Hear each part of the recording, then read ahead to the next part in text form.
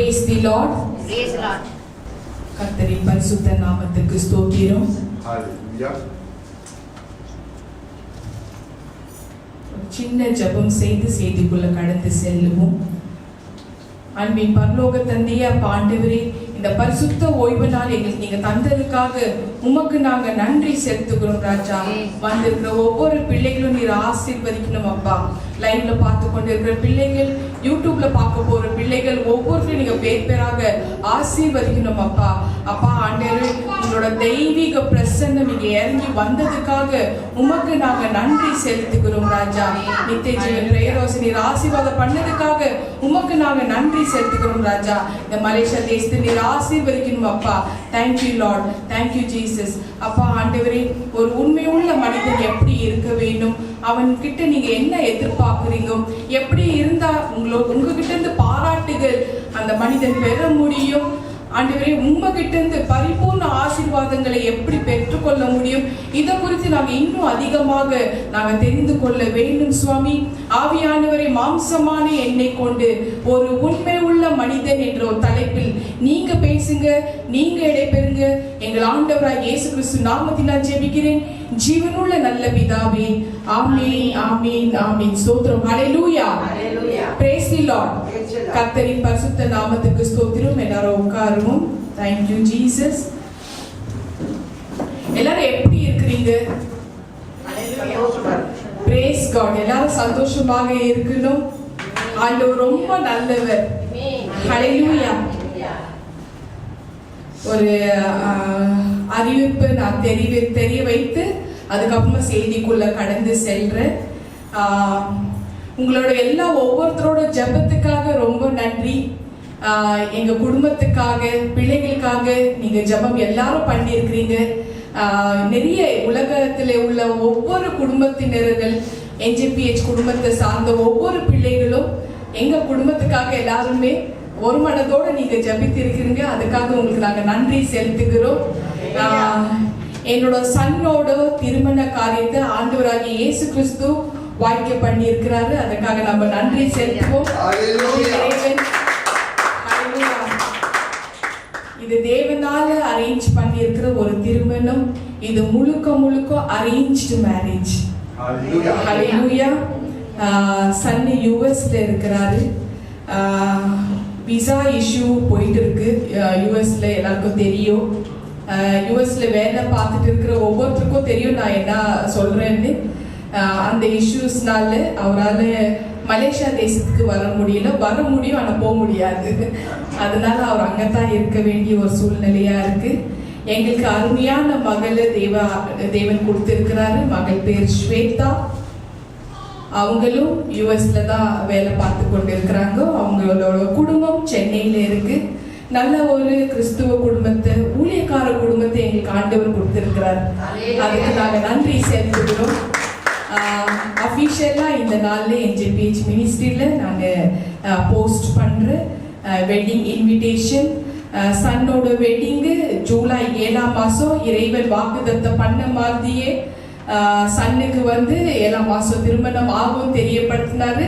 அதே மாதிரி மகனுக்கு 7ஆம் மாதம் 9ஆம் தேதி ரிசப்ஷன் ரெஜிஸ்டர் மேரேஜ் நடக்கும். 9ஆம் தேதி 11ஆம் தேதி ரிசப்ஷன். நானும் என் மகள் கணவர் 3 பேரும் ஜூலை 3ஆம் தேதி யுஎஸ்க்கு கிளம்பி போவோம். ஒரு 10 days மட்டும் தான். 12ஆம் தேதி ரிட்டர்ன் வந்துடுவோம். ஒரு 10 நாள் தொடர்ந்து பிள்ளைகளுக்காக நீங்க ஜெபம் பண்ணுங்க. திருமண காரியத்துக்காக ஜெபம் பண்ணுங்க. நல்ல மாதிரி நடக்கணும். எந்த தடை இல்லாதபடி நடக்கணும். குடும்ப வாழ்க்கை அவங்க நல்லா செழிப்பாக வாழணும். அவங்களோட ஆரோக்கியம் நல்ல மாதிரி இருக்கணும். கடைசி வரைக்கும் கிறிஸ்து அவங்களுக்குள்ள மத்தியில வாசம் செய்யணுக்காக நீங்க ஜெபம் பண்ணுங்க. அன்போட கேட்டுக்கொள்கிறேன். அதே நேரத்தில் சென்னையில் உள்ள பெண் வீட்டுக்காரன் அவர்கள் யுஎஸ்க்கு வருவாங்க. அவங்களோட பிரயாணத்துக்காக ஜெபம் பண்ணுங்க. எங்களோட பிரயாணத்துக்காகவும் ஜெபம் பண்ணுங்க. ஹல்லேலூயா. Thank you Jesus.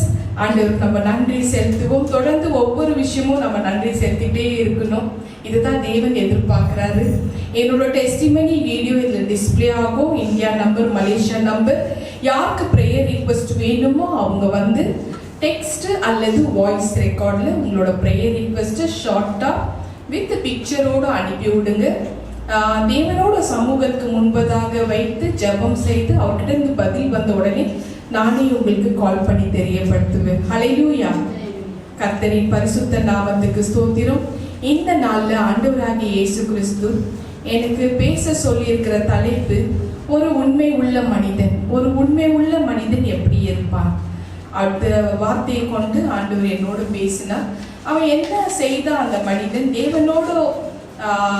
தேவன்கிட்ட இருந்து பாராட்டுகள் பெற முடியும் இல்லையா? தேவன்கிட்ட இருந்து பாராட்டுகள் பெற முடியும்.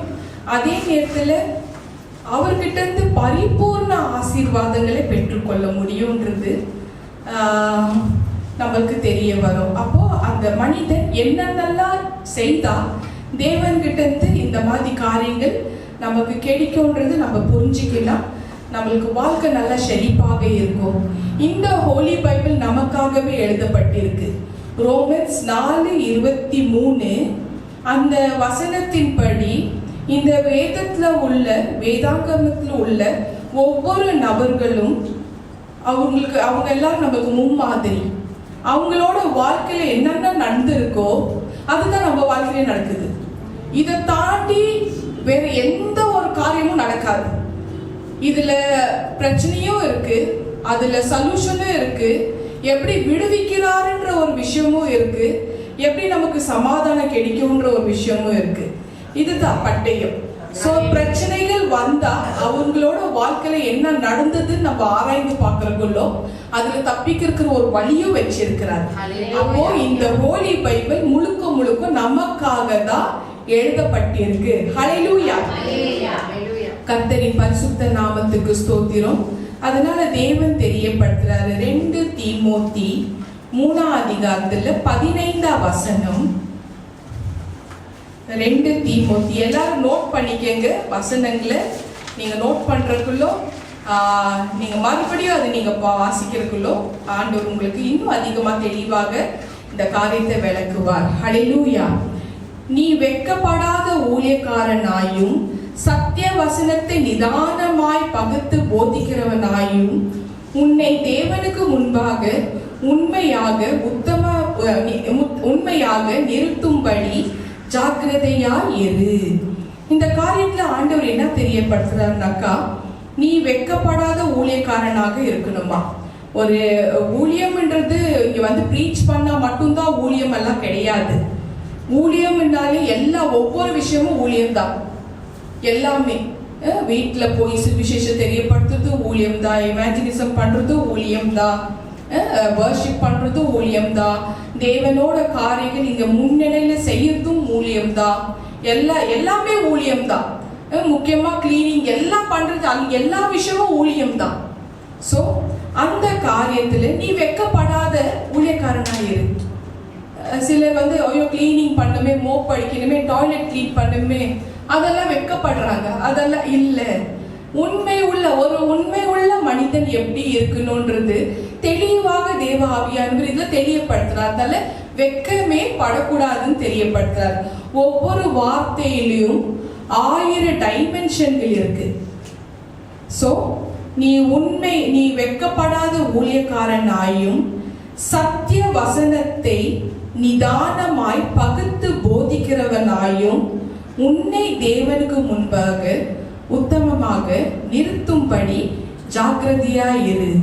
நம்ம இந்த காரியத்துல இண்டிவிஜுவல் ஆயிக்கணும். நம்ம தான் ஜாக்கிரதையா இருக்கணும். தேவனுக்கு முன்பாக நம்ம உண்மையா இருக்கிறோமா? மற்ற ஜனங்க பாக்குறாங்கன்றதுக்காக நம்ம உண்மையா நடிச்சா பிரயோஜனம் இல்லை. நடிப்பெல்லாம் இங்க செல்லாது. தேவன் இருதத்தை பார்க்கிற தேவன். மனிதனோ முகத்தை பார்க்கிறான், தேவனோ இருதத்தை பார்க்கிறார். அதனால நடிப்பெல்லாம் கிடையாது. நீ தேவனுக்கு முன்பாக உத்தமனாக நிறுத்தும்படி ஜாக்கிரதையா இருன்னு தேவன் நமக்கு தெரியப்படுத்துறார். ஹல்லேலூயா. ஆதார வசனம் நீதிமொழிகள் ப்ராவர்ப்ஸ் 28 20 உண்மையுள்ள மனுஷன் பரிபூரண ஆசீர்வாதங்களை பெறுவான், ஐஸ்வர்யவான் ஆகிறதற்கு தீவிரிக்கிறவனோ ஆக்னிக்கு தப்பான். ஹல்லேலூயா. சோ உண்மையா இருந்தா மட்டும்தான் பரிபூர்ண ஆசீர்வாதங்களை பெற்றுக்கொள்ள முடியும். சின்ன சின்ன விஷயங்கள், எல்லா விஷயத்திலும் உண்மையை அவர் எதிர்பார்க்கிறார். ஒரு பெரிய விஷயத்த நம்ம உண்மையா இருந்து சின்ன விஷயத்த போட்ட விட்டுட்டாக்க போயிடுச்சு. கன்னடால ஒரு பழமொழி நான் அடிக்கடி சொல்லுவேன், அடிக்கே கோதமான ஆணை கொன்று பாரது. ஒரு சின்ன பாக்குல மாடை போயிடுச்சுன்னா அதுக்கு ஈடு பண்றதுக்கு ஒரு ஆடை கொடுத்தாலையும் அது ஈடாகாது. அப்போ நம்ம எல்லா விஷயத்திலும் உண்மையா இருக்கணும் அப்படின்னு தேவன் தெரியப்படுத்துறார். ஹல்லேலூயா. உண்மை உள்ள மனுஷன் பரிபூர்ண ஆசீர்வாதங்களை பெறுவான். நிச்சயமாகவே உண்மை உள்ள மனுஷன் ஆசீர்வாதங்களை பெற முடியும்னு தேவ ஆவியானவர் தெரியப்படுத்துறார். ஆனால் அப்படிப்பட்ட ஆசீர்வாதங்களை அநேகர், ஒருத்தர் ரெண்டு பேர் இல்லைங்க, மெனி பீப்பிள், அநேகர் வாழ்க்கையில காணப்பட முடியறதில்ல, பட முடியல. அநேகரோட வாழ்க்கையில இல்ல, பார்க்கவும் முடிய மாட்டேங்குது இல்லையா? சோ அவங்களோட வாழ்க்கையில பரிபூர்ண ஆசீர்வாதங்களை காணப்படுவதில்லை. ஒரு மனுஷன் உண்மை உள்ளவனா இருக்கிறானா, வெளியரங்கமாக பார்க்கும் பொழுது அவன் உண்மை உள்ள மனுஷன் போல தோன்றுவான். ஆனா உள்ளுக்குள்ள இன்னர் மேன், உள்ளான மனிதன், அது இன்னர் மேன் கரப்பட்டு இருக்கிறதுனால அவனுக்கு தேவனுடைய, அதாவது கர்த்தருடைய ஆசீர்வாதங்களை பூர்ணமாக அவனால பெற்றுக்கொள்ள முடியவில்லை அப்படின்னு தேவ ஆவியானவர் தெரியப்படுத்துறார். அதனால அநேக பேர்கள் உபத்திரவத்தை அனுபவிக்கிறார்கள், உபத்திரவத்தின் பாதையில கடந்து செல்கிறார்கள். ஏன்னா பரிபூர்ண ஆசீர்வாதங்கள் அவங்களுக்கு பெற முடியாததுனால அநேக பிள்ளைகள், அநேக ஜனங்கள் உபத்திரவத்தை அனுபவிக்கிறார்கள். நாம் கர்த்தரை பார்த்து நம்ம கேட்கிறோம், ஆண்டவரே இதுக்கு காரணம் தான் என்ன? நம்ம கேட்கிறோம் இல்லையா, எனக்கு இவ்வளோ கஷ்டமா இருக்கு, இதுக்கு காரணம் தான் என்ன அப்படின்னு கேட்கிறக்குள்ளோ, ஆண்டவர் உண்மையற்றவரா, ஆண்டவர் உண்மை இல்லாதவரா? இந்த வார்த்தைக்கு பதில் தேவ ஆவியானவர் சொன்னா மட்டும்தான் நமக்கு தெரியும். தேவ ஆவியானவர் NJPH பிள்ளைகளுக்கு தெரியப்படுத்துறாரு, தேவன் உண்மை உள்ளவராக இருக்கிறார். ஹல்லேலூயா. கர்த்தரின் பரிசுத்த நாமத்துக்கு ஸ்தோத்திரம். முக்கியமா எனக்கு கொடுத்திருக்கிற NJPH பிள்ளைகளுக்கு நான் தெரியப்படுத்த வேண்டிய ஒரு விஷயம் இதுதான். இது எனக்கு தேவ ஆவியானவர் தெரியப்படுத்து சொன்னதுனால தெரியப்படுத்திட்டு இருக்கிற 2 தீமோத்தி 2ஆம் அதிகாரத்துல 13ஆம் வசனம், 2 தீமோத்தி 2:13. நம்ம ஒருவேளை உண்மை இல்லாதவர்களாக இருந்தால் அப்ப என்ன நடக்கும்? உண்மை இல்லாதவர்களா இருந்தாலும் அவர் உண்மை உள்ளவராய் இருக்கிறார். அவர் தம்மை தாம் மறுதலிக்க மாட்டார். இவைகளை அவர்களுக்கு நினைப்பூட்டி ஒன்றுக்கும் பிரயோஜனம் இல்லாமல் கேட்கிறவர்களை கவிழ்த்து போடுகிறதற்கேதுவான வாக்குவாதம் செய்யாதபடிக்கு கர்த்தருக்கு முன்பாக அவர்களுக்கு எச்சரித்து புத்தி சொல். நீ வெட்கப்படாத ஊழியக்காரனாயும் சத்தியவசனத்தை நிதானமாய் பகுத்து போதிக்கிறவனாயும் உன்னை தேவனுக்கு முன்பாக உத்தமனாக நிறுத்தும்படி ஜாக்கிரதையாய் இரு. சீர்கேடான வீண் பேச்சுகளுக்கு விலகியிரு. அவைகளால் அவர்கள் அதிக அவபக்தி உள்ளவர்கள் ஆவார்கள். சரியாமா? ஹல்லேலூயா. அப்போ தேவன் இந்த விஷயத்துல பார்க்கறதுக்குள்ள அவர் உண்மை உள்ளவராக இருக்கிறார். அப்போ நம்ம உண்மை இல்லாதவர்களாக இருந்தாலும் தேவனுக்கு முன்பதாக நம்ம ஜாக்கிரதையாக இருந்து நான் உண்மை உள்ளவளாக இருக்கிறேன், நான் உண்மை உள்ளவனாக இருக்கிறேன்றது நிரூபிக்கிற பொறுப்பு, கடமை நமக்கு தான் கொடுத்திருக்கிறார். ஹல்லேலூயா. தேவன் உண்மை இல்லாதவர் அல்லன்னு தேவ ஆவியானவர் தெரியப்படுத்துறார். அவர் எல்லளவும் பொய் பேசாத தேவன், ஒரு நாளும் அவர் பொய்யுரைக்காத தேவன் என்று தெரியப்படுத்தி இருக்கிறார். ஹல்லேலூயா. கர்த்தரின் பரிசுத்த நாமத்துக்கு ஸ்தோத்திரம். தீத்தஸ் 1:2-3 பிதாவாகிய தேவனாலும் நம்முடைய இரட்சகராய் இருக்கிற கர்த்தராகிய இயேசு கிறிஸ்துவினாலும் கிருபையும் இரக்கமும் சமாதானமும் உண்டாவதாக.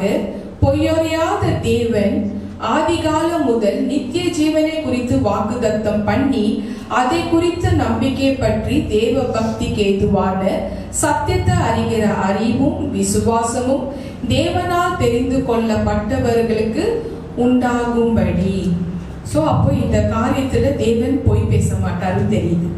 அவர் சொன்னா சொன்னதுதான் இல்லையா? அவர் நித்திய ஜீவன் அழைப்பேன் சொன்னாக்கா அது சொன்னதுதான். அவரோட கிருபை இரக்கம் விசுவாசம் நமக்கு கொடுத்திருக்கிறாருனாக்கா அது உண்மைதான். நம்ம கண்ண மூடின்னு அவரை விசுவாசிக்கலாம். ஏன்னா அவர் போய் பேச மாட்டார். அவர் உண்மை உள்ளவராக இருக்கிறார். கண்ண மூடி நம்ம விசுவாசிக்கலாம். அவருடைய இரக்கம் கண்ண மூடி நம்ம விசுவாசிக்கலாம். அவர் கொடுக்கிறாருன்னு. அவரோட கிருபை கண்ண மூடி விசுவாசிக்கலாம். ஏன்னா அவர் கொடுக்கிறார். ஏன்னா தேவன் உண்மையற்றவர் அல்ல, உண்மை உள்ளவராக இருக்கிறார். ஹல்லேலூயா. என்னாகமம் நம்பர்ஸ் 23:19-20. என்னாகமும் 23:19-20. பொய் சொல்ல தேவன் ஒரு மனிதன் அல்ல. இல்லையா? அவர் என்ன பொய் பேசுவாரா? பொய் சொல்ல தேவன் ஒரு மனிதன் அல்ல. மனமாற அவர் ஒரு மனுபுத்திரனும் அல்ல. அவர் சொல்லியும் செய்யாதிருப்பாரா? அவர் வசனித்தும் நிறைவேற்றாதிருப்பாரா? இதோ ஆசீர்வதிக்க கட்டளை பெற்றேன், அவர் ஆசீர்வதிக்கிறார், அதை நான் திருப்ப கூடாது.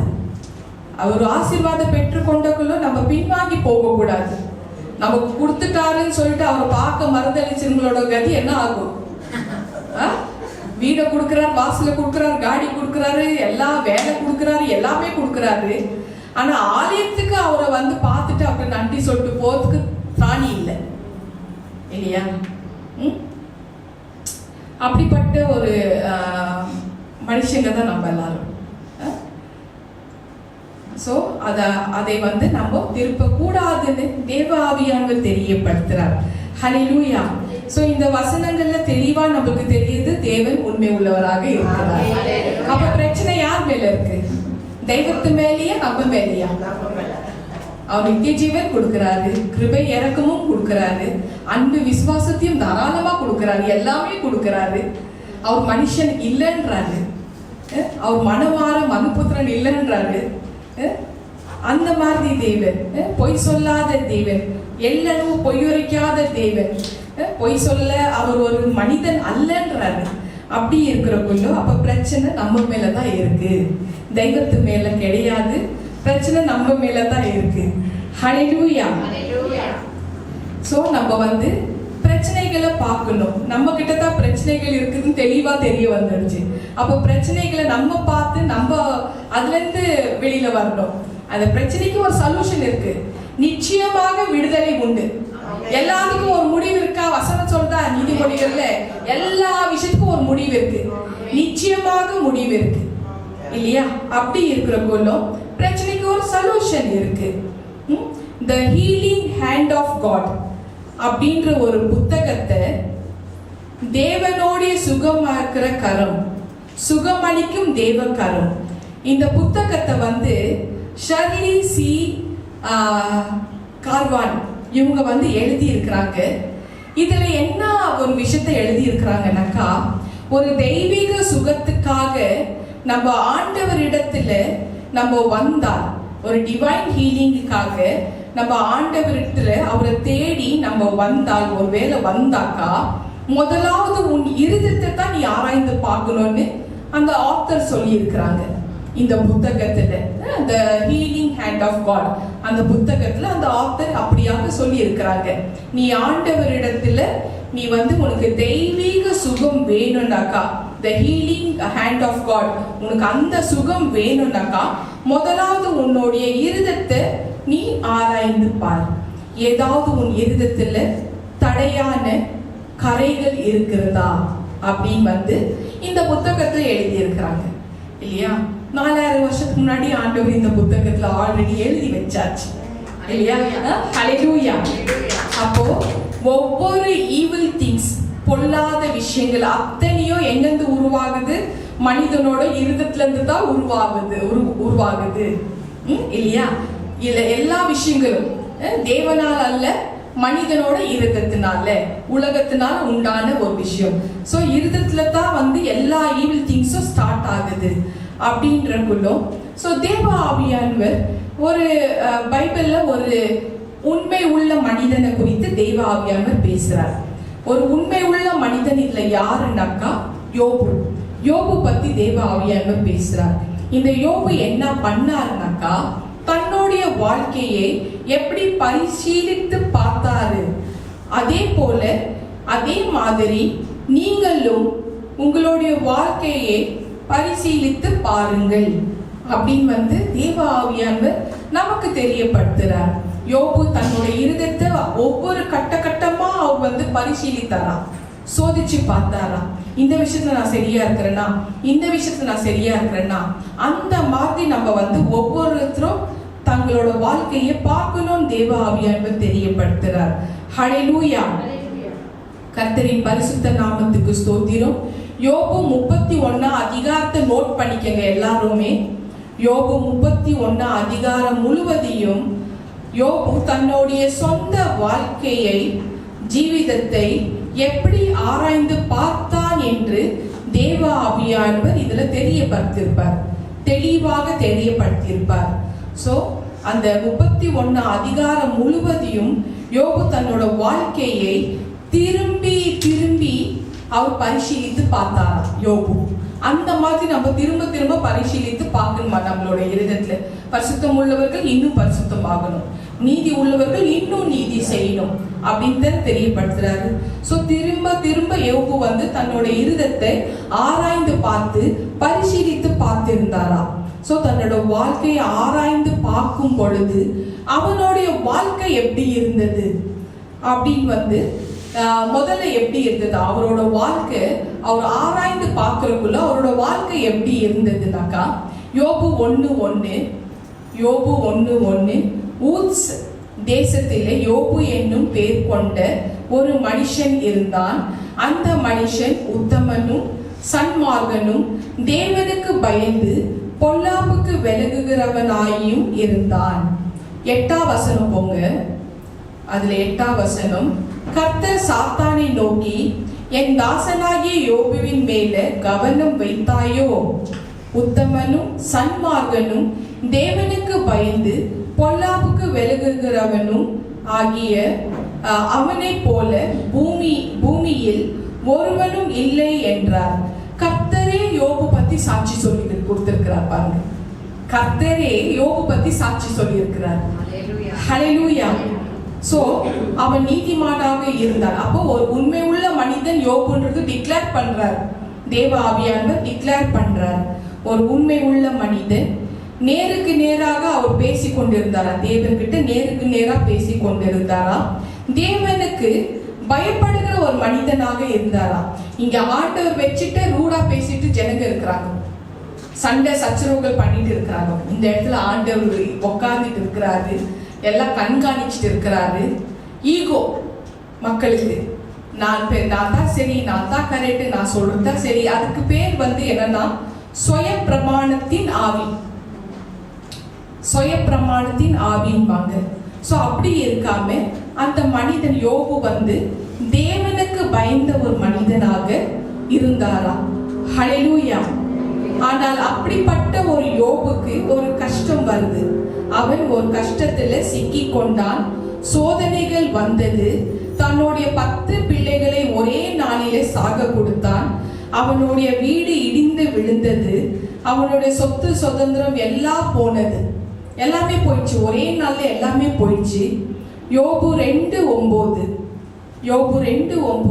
அப்பொழுது அவன் மனைவி அவனை பார்த்து, நீர் இன்னும் உம்முடைய உத்தமத்தில் உறுதியாய் நிற்கிறீரோ?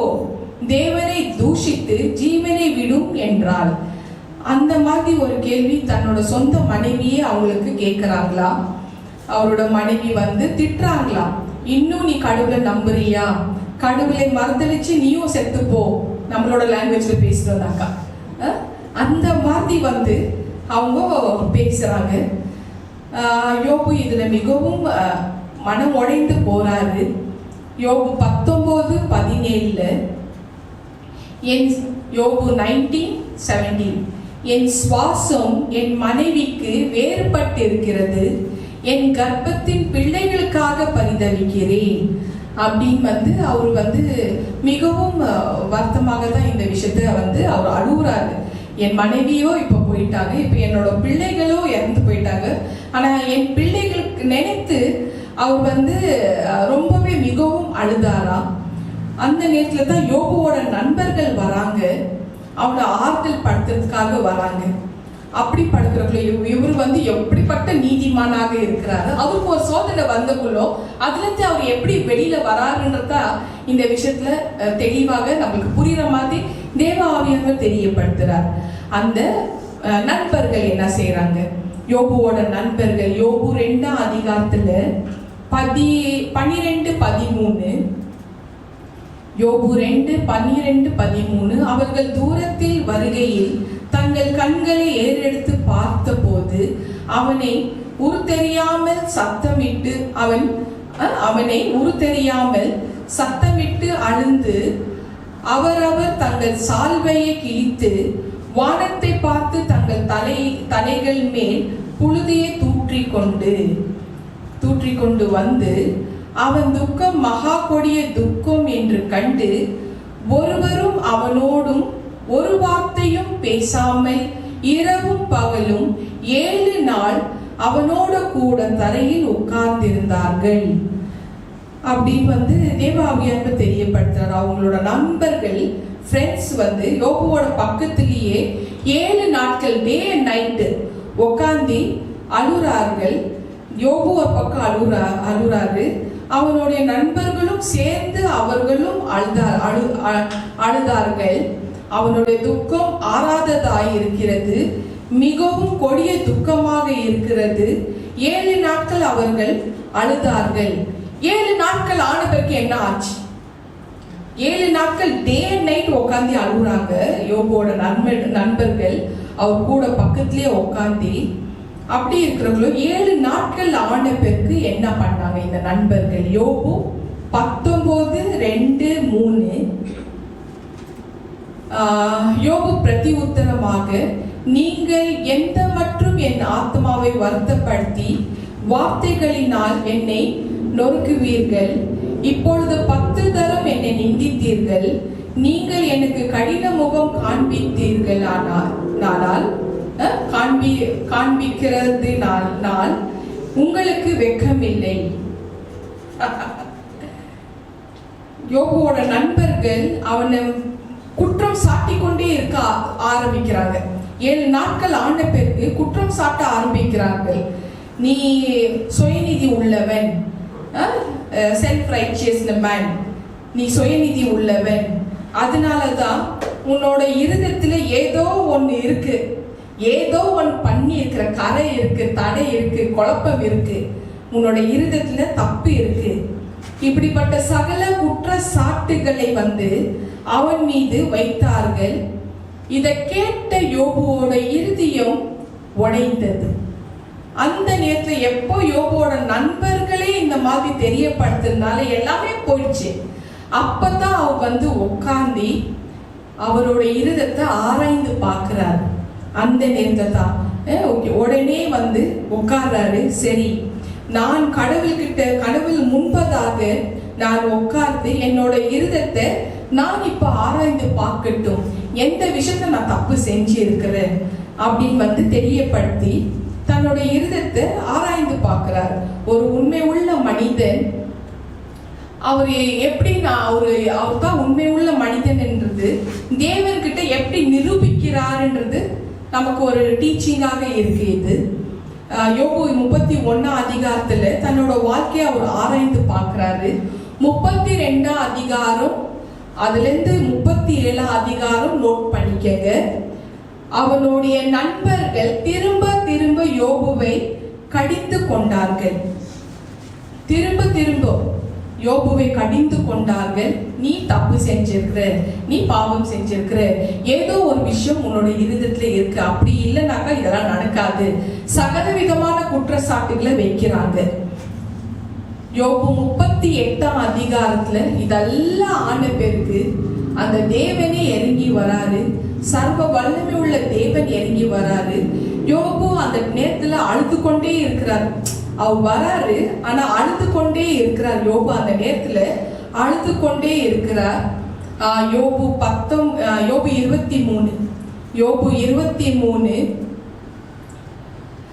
3-4 வசனம். யோபு பிரதி உத்தரமாக யோபு 23:3-4 வசனம்.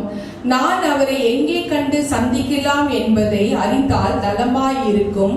அப்பொழுது நான் அவர் ஆசனத்துக்கு முன்பதாக வந்து சேர்ந்து என் நியாயத்தை அவருக்கு முன்பதாக வரிசையாக வைத்து காரியத்தை ரூபிக்கும் வார்த்தைகளால் என் வாயை நிரப்புவேன் அப்படின்னு தெரியப்படுத்துறார். சோ அவரோட ஆதங்கத்தை தீர்த்துக்கிறார். நான் எங்கே போய் கடவுளை காண முடியும்? ஏன்னா எல்லாமே விட்டுட்டு போயிடுறாங்க. நான் அவரை எங்க தேட முடியும்? நான் அவரை தேடி பார்க்கிறேன், ரைட்ல தேடுறேன், லெஃப்ட்ல தேடுறேன், நான் அவரை தேடி பார்க்கிறேன். எங்கே போனாலும் அவரை நான் காணவில்லை. நான் எங்கேதான் கடவுளை காண முடியும்? Where can I find God? கேட்கிறார். அவரை கண்டால் என்னுடைய கவலைகளை சொல்லுவேன், பிரச்சனைகளை சொல்லுவேன், அவரோடு கூட நான் தர்க்கம் பண்ணுவேன் அப்படின்னு தெரியப்படுத்துறார். தன்னுடைய வாழ்க்கையை அவன் ஆராய்ந்த பொழுது அந்த தேவனே இறங்கி வரார். அந்த தேவனே இறங்கி வராரு. யோபுவை பார்த்து அந்த தேவன் என்ன சொல்லி இருக்க முடியும் இல்லையா? யோபுவை பார்த்து அந்த தேவன் என்ன சொல்லி இருக்க முடியும்? யோபு, நீ இந்த விஷயத்துல தப்பு செஞ்சுட்டு, யோபு இந்த விஷயத்துல நீ என்னை கையை விட்டுட்டு, யோபு இந்த காரியத்துல நீ பாவம் செய்திருக்கிற, அப்படியெல்லாம் அந்த தேவன் யோபு பார்த்து சொல்லலையா? அந்த தேவன் என்ன சொன்னார்னா யோபு பார்த்து, யோபு நீ மேலே பார். இறங்கி வராரு இல்ல, கீழே பாக்குற, மேலே பார். யோபு நீ மேலே பார், என்னோட வல்லமையை பார், என்னுடைய யூனிவர்ஸ் சர்வ லோகத்தையே பார். நான் அவைகளை எல்லாம் எப்படி உண்டாக்கினேன். யோபு இன்னும் எனக்கு வல்லமை உண்டு, இன்னும் நான் உன்னை விடுதலை ஆக்க முடியும். நீ உன் இருதயத்தை ஆராய வேண்டாம். Do not search your heart. நீ பாவி என்று சொல்லாதே. நான் உன்னை குற்றம் சுமத்த வரவில்லை, உன்னுடைய தொண்டையை நான் அறுக்க வரவில்லை. உன்னை விடுதலை ஆக்க இன்னும் எனக்கு வல்லமை உண்டு என்று சொல்ல வந்தேன் யோபு அப்படின்னு 38ஆம் அதிகாரம் முழுவதும் பேசியிருப்பார். ஹல்லேலூயா. இந்த நாளிலே தேவ ஆவியானவர் என்ன தெரியப்படுத்துறாருனாக்க, NJPH பிள்ளைகளை பார்த்து, ஒருவேளை நம்ம எல்லாருமே நல்ல கிறிஸ்தவர்களாக நம்ம இருந்தால், நம்ம எல்லா காரியங்களும் நம்ம ஆண்டவருக்காக நம்ம பண்ணிட்டு இருக்கிறோம். வாரம் நம்ம வரோம், முன்னணியில எல்லா காரியங்களும் நம்ம வர்ஷிப்ல கலந்துக்கிறோம், எல்லா விஷயங்களும் நம்ம எல்லாருமே பண்றோம். ஆனால் திடீரென்று ஒரு பிரச்சனை வந்துட்டாக்கா, ஒரு பிரச்சனை புயல் போல வந்துடுச்சுனாக்கா, நம்ம வாழ்க்கையில வந்துட்டால் உன்னோட தைரியத்தை இழந்து விடாதேன்னு தேவ ஆவியானவர் தெரியப்படுத்துறார். Do not lose your courage. உன்னோட தைரியத்தை இழந்து விடாதேன்னு நம்மை பார்த்து தேவ ஆவியானவர் தெரியப்படுத்துறார். ஹல்லேலூயா. ஒரு விஷயத்துக்காக ஒரு 2 வாரத்துக்கு முன்னாடி பாஸ்டர் மர்லின் கிட்ட நான் பேசிட்டு இருந்தேன். அவங்க பல மாசமா, வாரங்கள் இல்லை, பல மாசமா ஒரு காரியத்துக்காக அவங்க அப்ளிகேஷன் போட்டிருக்கிறாங்க, அது சாங்ஷன் ஆகணும்னு சொல்லி. ஆனா அது ரிஜெக்ட் ஆயிட்டே இருக்கு. அதுல ஒரு தடை இருக்கு. என்ன பண்ணாலும் அது ரிஜெக்ட் ஆயிட்டே இருக்கு. சொல்யூஷன் என்ன? அதுக்கு சொல்யூஷன் தான் என்ன? அப்புறம் நான் அவங்கள்ட்ட பேசுறேன். இப்போ அடுத்தது என்ன பண்ணலாம் நீ நினைக்கிறமான்னு கேட்குறேன். இதுக்கு ஏதாவது வாய்ப்புகள் இருக்கான்னு கேட்குறேன்.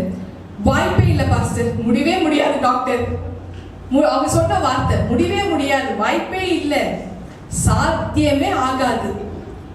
ஏன்னா எனக்கு வர விஷயங்கள் வந்து என்னுடைய எல்லா விஷயத்துக்கும் கரெக்டா இருக்கு. அந்த ஏரியா பக்கம் நான் நினைச்சு கூட பார்க்க முடியல.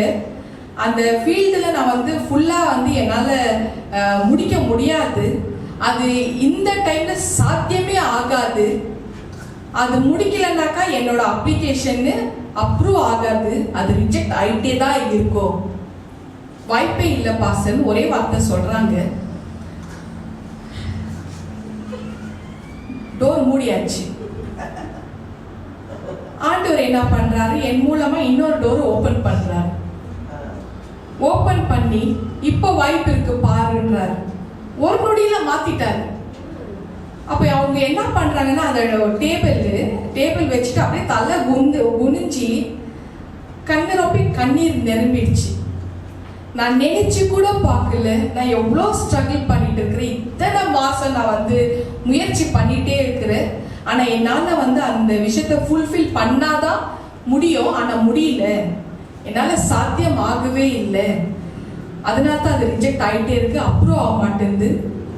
ஆனா ஒரு நொடியில டாக்டர் நீங்க மாத்திட்டீங்க, என்னால ரொம்ப ஆச்சரியமா இருக்கு, கண்ணுல கலங்குது, நான் நினைச்சு கூட பார்க்கல அப்படின்னு தெரியப்படுத்தினாங்க.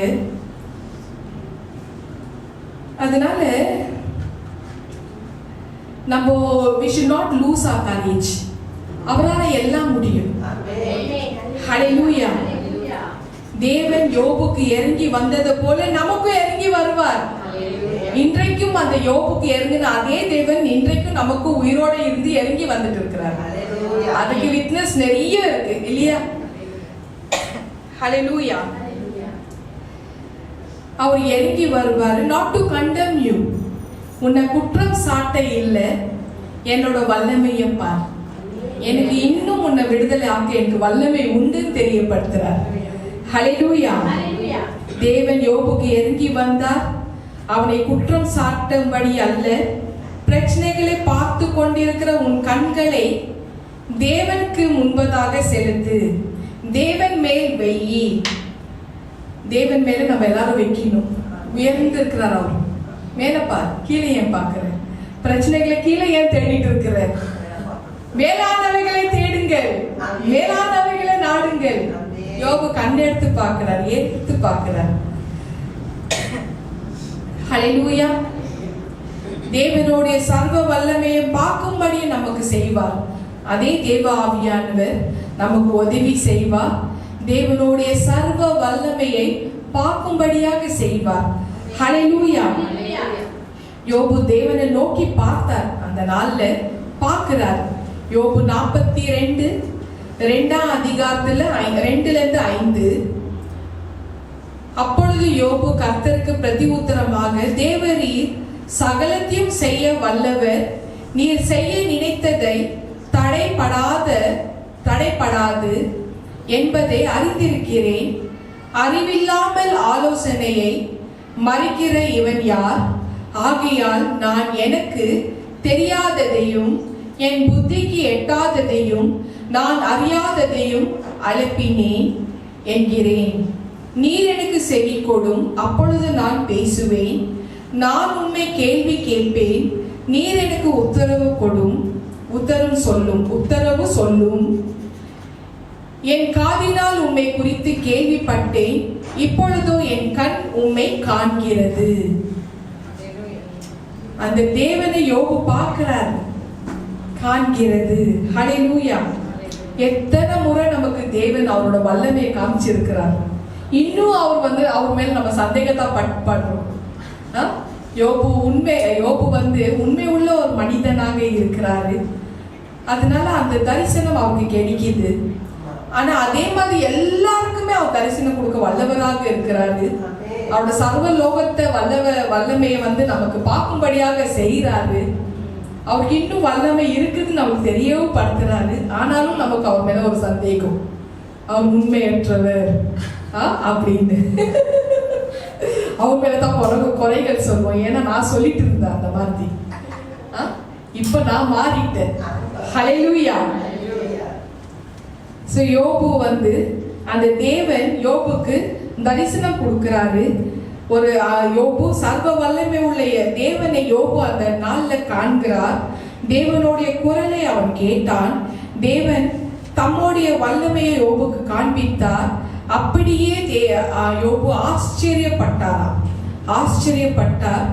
யோபு சொல்றார், ஓ ஆண்டவரே, இப்பொழுது நீர் எனக்கு தெரிகிறீர், ஐ கேன் see you அப்படின்னு தெரியப்படுத்துறார். நீர் சகலவற்றையும் செய்ய வல்லவர், you can do anything and everything. நீர் விரும்பியது நீர் விரும்புகிற யாவதையும் செய்ய வல்லமை உடையவர். ஒரு நொடியில தேவன் அவனை விடுவித்தார். ஒரு நொடியில விடுவித்தார். இத்தனை வாரங்கள் மாசங்கள் முடியாத ஒரு காரியத்தை ஒரு கான்வர்சேஷன் பேசி இது முடியும், இது பண்ணுமான்னு சொல்லி ஒரு நொடியில மாத்திட்டார். பல நாளெல்லாம் இல்ல, பல மணி நேரமெல்லாம் இல்ல, செகண்ட். ஆச்சரியப்பட்டு போயிட்டாங்க. அதுதான் நம்ம தேவன். ஹல்லேலூயா. இன்னைக்கு தேவ ஆவியானவர் NJPH பிள்ளைகளை பார்த்து தெரியப்படுத்துறாரு, நீங்கள் பிரச்சனையில் மூழ்கி இருக்கலாம். ஜனங்கள் உங்களை பார்த்து சிரிக்கலாம். ஓ, இவங்க எல்லா விஷயத்திலயும் ஆண்டவர்கிட்ட தேடி போறாங்க, வார போறாங்க, எல்லா விஷயங்கள் பண்றாங்க, எல்லா விஷயத்துல முன்னணியில் இருக்கிறாங்க.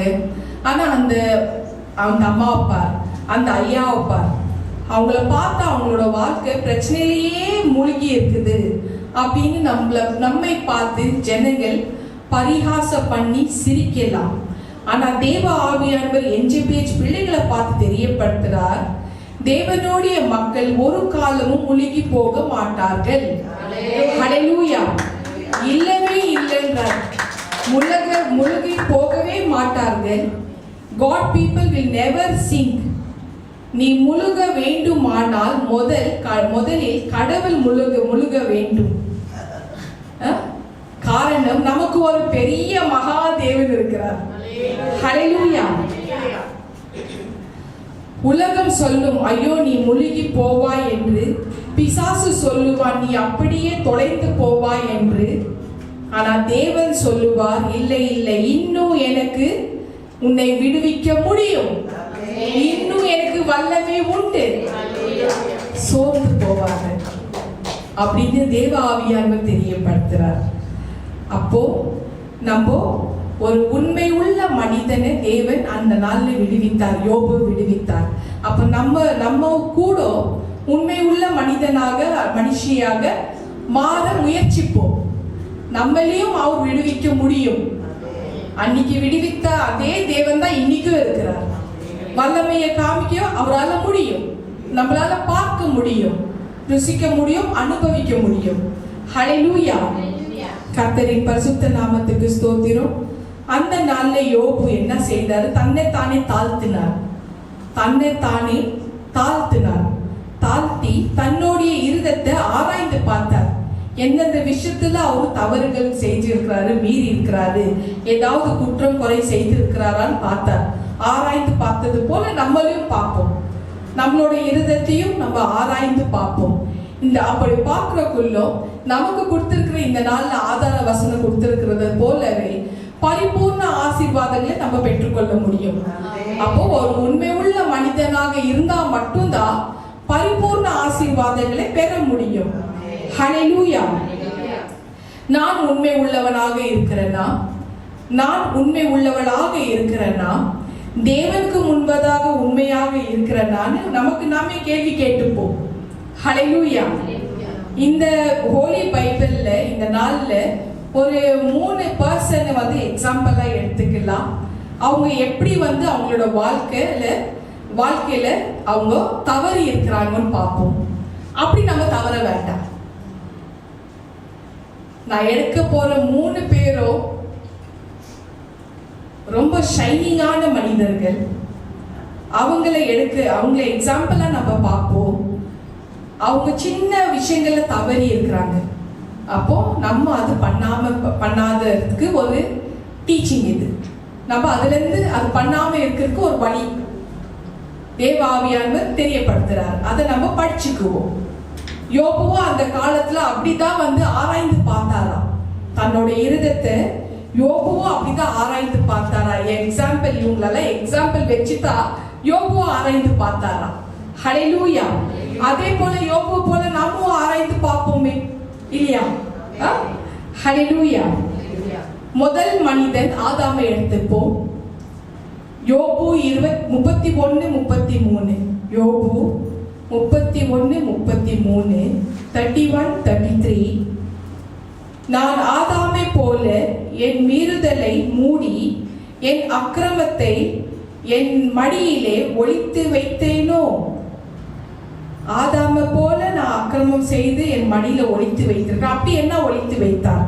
அந்த மாதிரி யோபு தன்னைத்தானே கேள்வி கேட்டுக்கிறார். ஆண்டவர்கிட்ட பரிசீலித்து பார்க்கிறார்.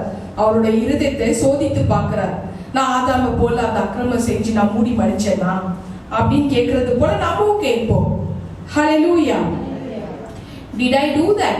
நான் மறைச்சு வச்சேன்னா அந்த பாவத்தை அவன் செஞ்ச, ஐயோ ஆதாம் செஞ்சது போல நான் பாவத்தை செஞ்சு என்னோட மடியில மூடி மறைச்சேனான்னு யோபு கேட்கிறார் தேவன் கிட்ட. அதே போல ஹோசியா, அப்படி அவங்க என்ன மூடி மறைச்சாரு? ஹோசியா 6:7. ஹோசியா 6:7. அவர்களோ ஆதாமை போல் உடன்படிக்கையை மீறி அங்கே எனக்கு விரோதமாய் துரோகம் பண்ணினார்கள். அப்போ ஆதாம போல அவர் செய்தது என்ன? ஆதாம் செய்தது என்ன? உடன்படிக்கையை மீறினார். சோ உடன்படிக்கையை மீறி தேவனுக்கு துரோகம் செய்தார். ஆதாம் துரோகம் செய்தார். சோ அப்போ ஆதாமை போல நான் துரோகம் செஞ்சேனா, நான் உடன்படிக்கையை மீறி இருக்கிறனால யோபு தன்னுடைய இருதயத்தை ஆராய்ந்து பார்க்கறது போல நம்மளும் ஆராய்ந்து பார்ப்போம். நான் ஏதாவது உடன்படிக்கை மீறி இருக்கிறேன்னா? ஆதாம் பாவத்தை மூடி தேவனுடைய உடன்படிக்கையை முறித்து போட்டார். அப்படி என்ன உடன்படிக்கை அவர் முறித்து போட்டார்? அந்த மாதிரி ஆதாம் என்ன செய்தார்? உடன்படிக்கையே அப்படி என்ன உடன்படிக்கை முறித்து போட்டார் என்றது ஆதியாகமம் ஜெனசிஸ் 2ஆம் அதிகாரத்துல 15-17. ஜெனசிஸ் ஆதியாகமும் 2:15-17. தேவனாகிய கர்த்தர் மனுஷனை ஏதேன் தோட்டத்தில் அழித்து கொண்டு வந்து அதை பண்படுத்தவும் காக்கவும் வைத்தார். தேவனாகிய கர்த்தர் மனுஷனை நோக்கி, நீ தோட்டத்தில் உள்ள சகல விருட்சத்தின் கனியையும் புசிக்கவே புசிக்கலாம், ஆனால் நன்மை தீமை அறியத்தக்க விருட்சத்தின் கனியை புசிக்க வேண்டாம், அதை நீ புசிக்கும் நாளில் சாகவே சாவாய் என்று கட்டளையிட்டார். இதுதான் அவர் கொடுத்த உடன்படிக்கை. ஆனா இந்த யோபு என்ன பண்றாரு? நன்மை தீமை அறிகிற கனியை தொடாதுன்னு சொல்றப்போல அவன் முறித்தது அந்த முதல் கற்பனையை தான், உடைச்சிட்டான். யோபு தேவன் ஆதாம்காக அழுகுறார். ஆதாம்காக அந்த காலத்துல என்னோட கற்பனையை ஒடிச்சுட்டேன்னு சொல்லி கண்ணீர் விட்டார், அழுதாராம். ஆதியாகமம் ஜெனசிஸ் 3ஆம் அதிகாரத்துல 9-11. ஜெனசிஸ் 3:9-11. எங்க இருக்கிற ஆதாமை தேட ஆரம்பிக்கிறாரு. யாரு? தேவன் தேட ஆரம்பிக்கிறாரு. 9ஆம் வசனம். அப்பொழுது தேவனாகிய கர்த்தர் ஆதாமை கூப்பிட்டு, நீ எங்கே இருக்கிறாய் என்றார். அதற்கு அவன், நான் தேவரீரோடைய சத்தத்தை தோட்டத்திலே கேட்டு நான் நிர்வாணியாய் இருப்பதினால் பயந்து ஒளித்து கொண்டேன் என்றான். அப்பொழுது அவர், நீ நிர்வாணி என்று உனக்கு அறிவித்தவன் யார்? புசிக்க வேண்டாம் என்று நான் உனக்கு விளக்கின விருட்சத்தின் கனியை புசித்தாயோ என்றார். அப்போ அவனுக்கு பனிஷ்மெண்ட் கொடுக்க ஆரம்பிக்கிறார். ஏன்னா ரொம்பவே மனம் ஒடிஞ்சு போயிடுறாரு. ஏன்னா முதல் கற்பனையை ஒடிச்சிட்டாருன்னு. அதுக்கப்புறம் ஏதேன் தோட்டத்துல இருந்து தோர்த்தி விட்டுடுறாரு. 23ஆம் வசனம் அதே அதிகாரத்துல ஆதியாகமும் 3ஆம் அதிகாரம் ஆதியாகமும் 3ஆம் அதிகாரத்துல 23ஆம் வசனம். அவன் எடுக்கப்பட்ட மண்ணை பண்படுத்த தேவனாகிய கர்த்தர் அவனை ஏதேன் தோட்டத்திலிருந்து அனுப்பிவிட்டார். அவர் மனுஷனை துரத்தி விட்டு ஜீவ விருட்சத்துக்கு போகும் வழியை காவல் செய்ய ஏதேன் தோட்டத்துக்கு கிழக்கே கேருபீன்களையும் வீசிக்கொண்டிருக்கிற சுடர் ஒளி பட்டயத்தையும் வைத்தார். ஏதேன் தோட்டத்துல ஆண்டவர் என்ன பண்றாரு? பாம்பு, சர்பத்துக்கு, பிசாசுக்கு அலோ பண்றார், இடம் கொடுக்கிறார். பிசாசு நுழையிறான், ஏதேன் தோட்டத்துக்குள்ள வரான். ஆனா அவர் உண்டாக்கின முதல் மனுஷனாகிய ஆதாமை ஏதேன் தோட்டத்துக்குள்ள வரக்கூடாதுன்னு என்னென்ன பண்றாரு? காவலுக்காக கேருபீன்களை நிக்க வைக்கிறாரு, சுடரொளி பட்டயத்தை வைக்கிறாரு. உள்ள நுழையவே உள்ள என்ட்ரி ஆகவே உள்ள அவ்வளோ ஸ்ட்ரிக்டா ஸ்ட்ராங்கா இருக்கிறார். ஏன்னா அவரோட கற்பனையை உடைச்சிட்டார் இல்லையா? ஸோ அதனால தேவனே அழுதார், ஆதாமே நீ என் உடன்படிக்கையை முறித்து விட்டாய், நீயா அந்த பழத்தை தொட்டாய். தேவன் அழுதார், வெசனம் பட்டார், துக்கம் அடைந்தார். காரணம் எல்லாமே இருதயத்துல தான் உண்டாகுது, எல்லாமே இருதயத்துல இருந்து தான் உண்டாகுது. ஆதியாகமும் 6ஆம் அதிகாரத்துல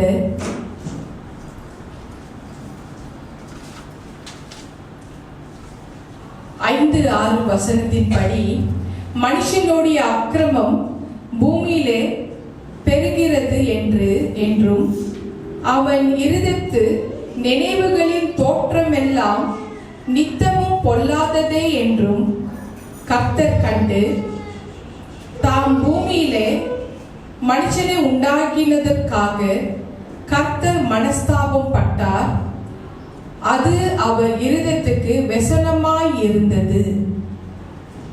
சோ எல்லாமே இருதயத்துல தான் உண்டாகுதுன்னு தேவனே இப்படிப்பட்ட மனுஷனையா நான் படிச்சு தொலைச்சேன்னு தலையில அடிச்சு வெசனம் அடைகிறாரு. அப்ப நம்ம என்ன செய்யணும்? முதலாவது உள்ளத்தை நம்ம ஆராய்ந்து பார்க்கணும். நம்ம உள்ளத்தை ஆராய்ந்து பார்க்க வேண்டும். நம்ம இறைவனோட கற்பனையை உடைத்திருக்கிறோமான்னு நம்ம ஆராய்ந்து பார்க்க வேண்டும் அப்படின்னு தேவ ஆவியானவர் தெரியப்படுத்துறார். தேவனுடைய கற்பனைகளை எங்கேயாவது நான் உடைத்து விட்டேனோ அப்படின்னு ஒவ்வொருத்தரும் நம்மளுடைய இருதயத்தை ஆராய்ந்து பார்க்க வேண்டும் தெரியப்படுத்துறார். ஹல்லேலூயா.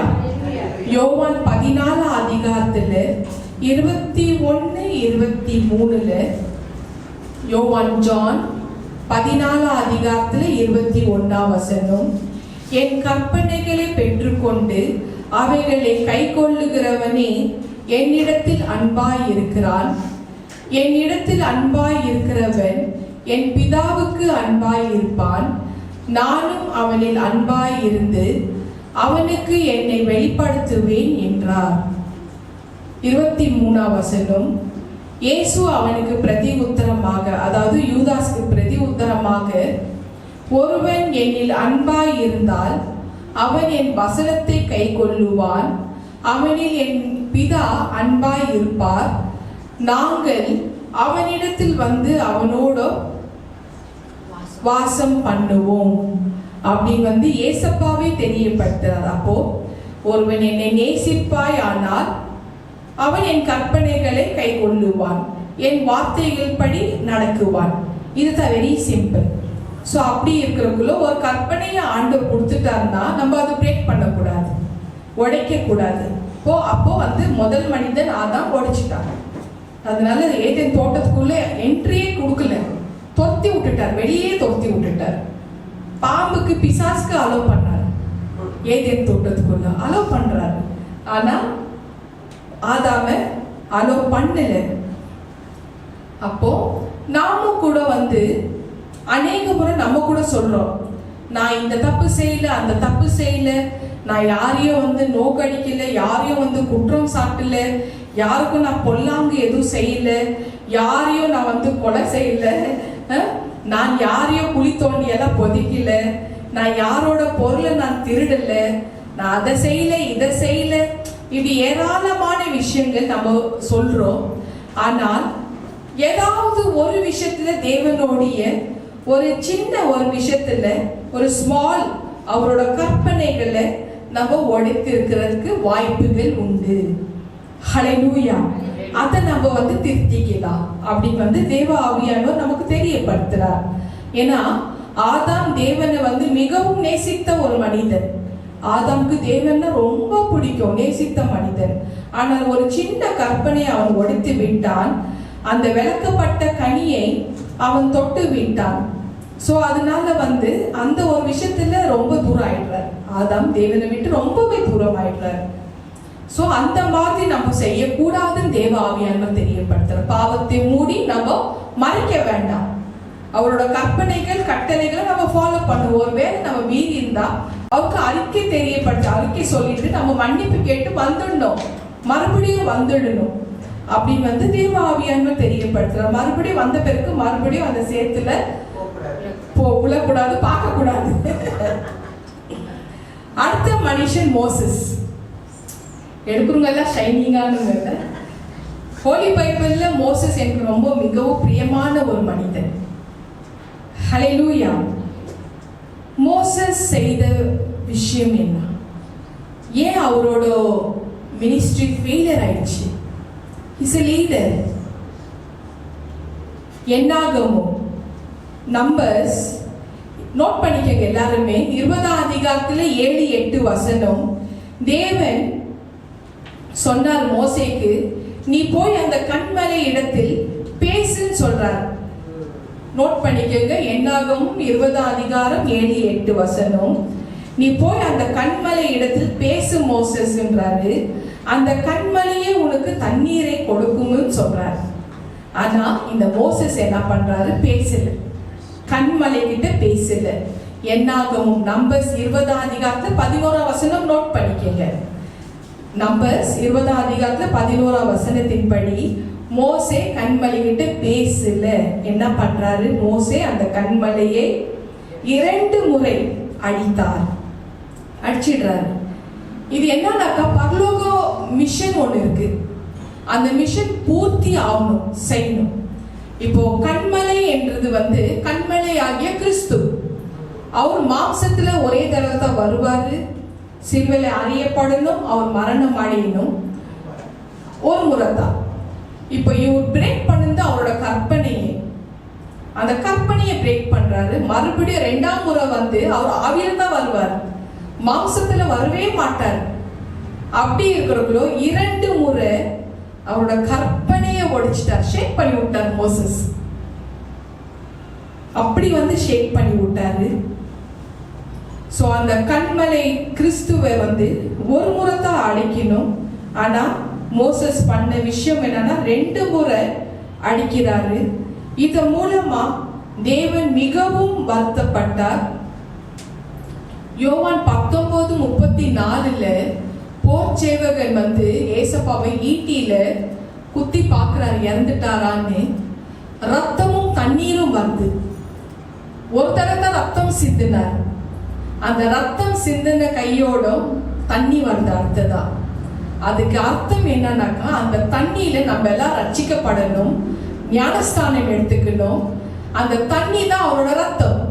நம்மளோட சகல பாவங்களை சுத்திகரிக்கிறது அவரோட ரத்தம். சோ அந்த தண்ணி மூலமா அது சைன். அது இதுதான் பரலோக மிஷன். இத புரிஞ்சுக்காம மோசஸ் 2 முறை அடிச்சிட்டார். அப்போ நம்ம அந்த ரத்தத்துல கழுவப்படணும்னா அந்த தண்ணி வருது. அப்ப அந்த தண்ணின்றது ஞானஸ்தானம் எடுத்துக்கிறதுக்கு புனிதமான தண்ணி. அது மூலமா நம்ம ரத்தத்துல கழுவப்படுறோம், ரட்சிக்கப்படுறோம்.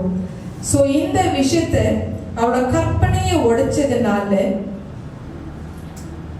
என்னாகும் 20:11 நோட் பண்ணிக்கங்க.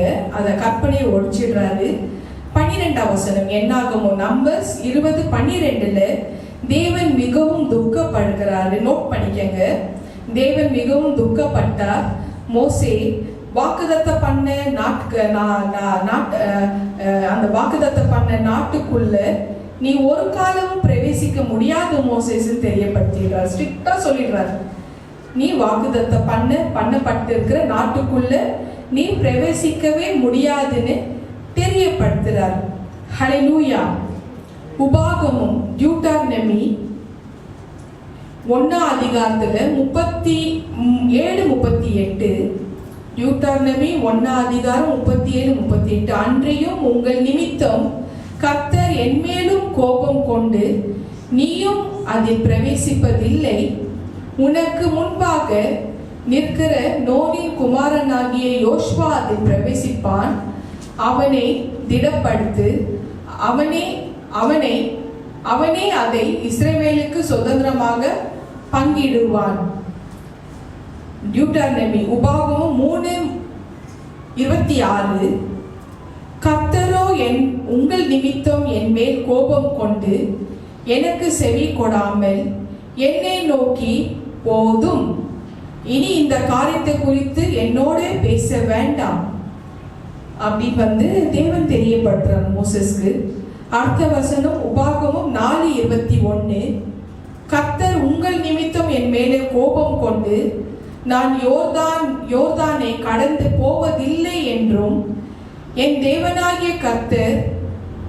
தேவனாகிய கர்த்தர் உனக்கு சுதந்திரமாக கொடுக்கிற அந்த நல்ல தேசத்தில் நான் பிரவேசிப்பதும் இல்லை என்று ஆணையிட்டார்.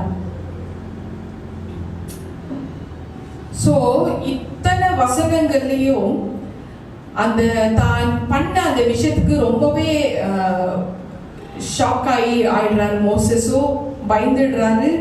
ஆனாலும் அநேக முறை தேவன் கூட முன்பாக ஜெபம் செய்கிறாரு.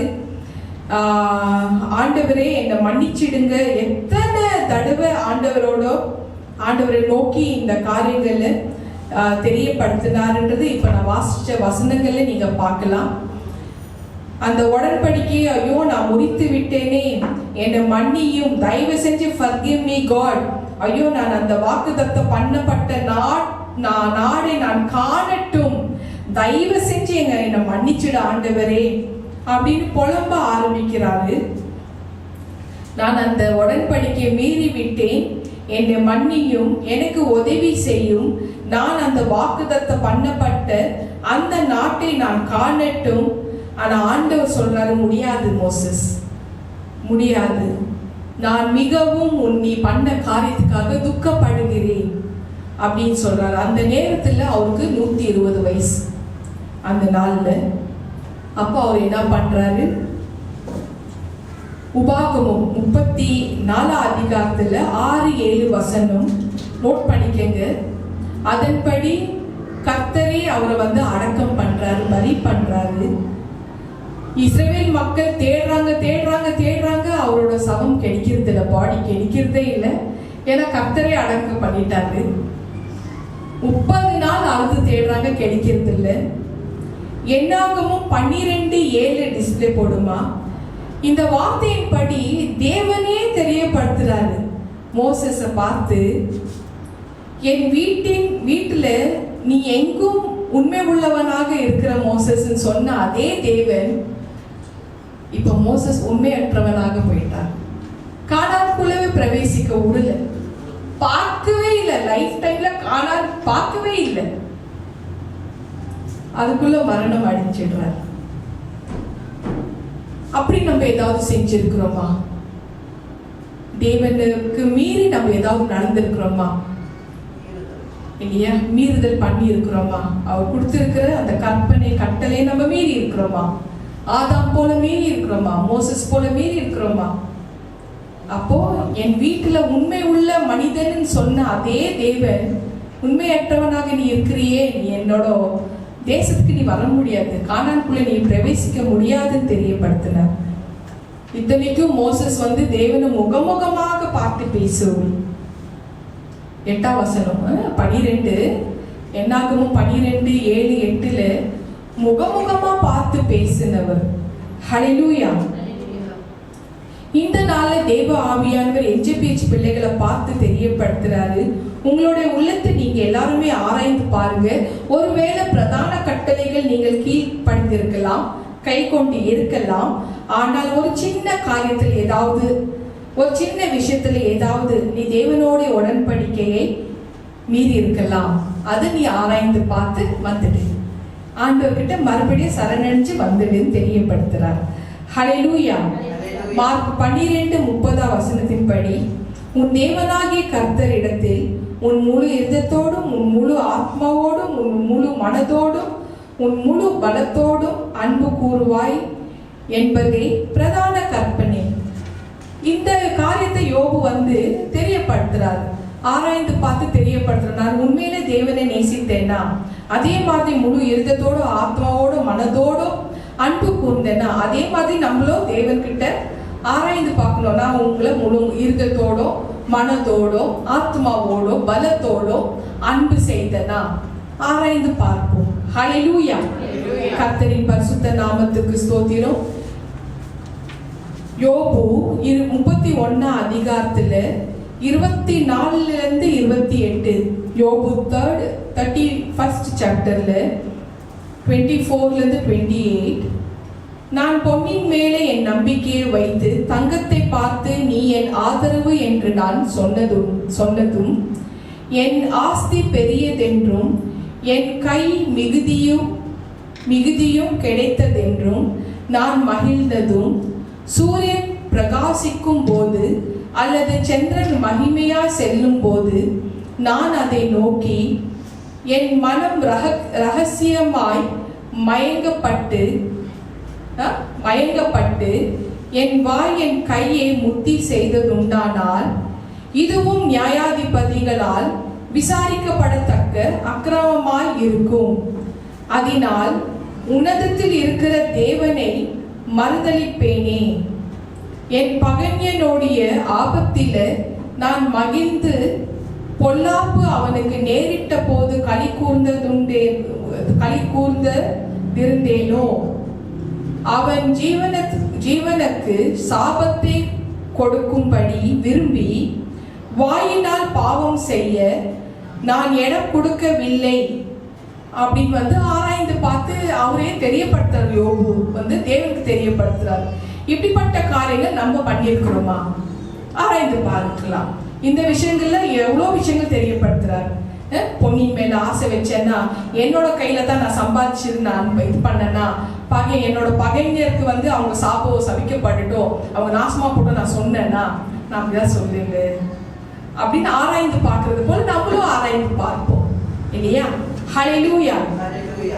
என்றைக்காவது என்னோட கையை நான் முத்தம் செய்திருக்கிறேன், நான் இந்த கையில தான் நான் சம்பாதிச்சேன், இந்த கையில நிறைய பேர் சொல்றேன் நான் தான் செஞ்சேன், நான் தான் இதெல்லாம் செஞ்சேன்னு. ஸோ பொன்னின் மேல ஆசைப்பட்டேன்னா, என் கையை நான் முத்தம் செய்திருக்கிறேன்னா, நான் தான் கஷ்டப்பட்டு எல்லாம் பண்ணேன், இந்த மாதிரியெல்லாம் நான் சொல்லி இருக்கிறேன்னா, ஏன்னா காரணம் என்னன்னாக்கா அந்த இறைவன் தான் எல்லாமே கொடுக்கறது நமக்கு இல்லையா?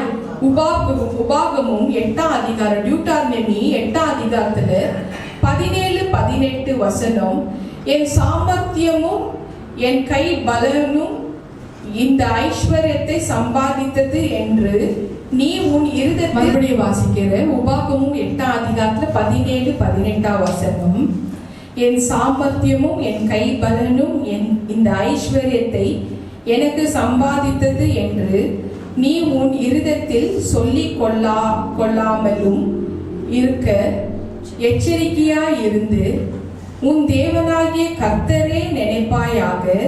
அவரே உன் பிதாக்களுக்கு ஆணையிட்டு கொடுத்த தம்முடைய உடன்படிக்கையை உறுதிப்படுத்தும்படி இந்நாளிலே உனக்கு உண்டாய் இருக்கிறது போல ஐஸ்வர்யத்தை சம்பாதிக்கிறதுக்கான பலனை உனக்கு கொடுக்கிறவர்.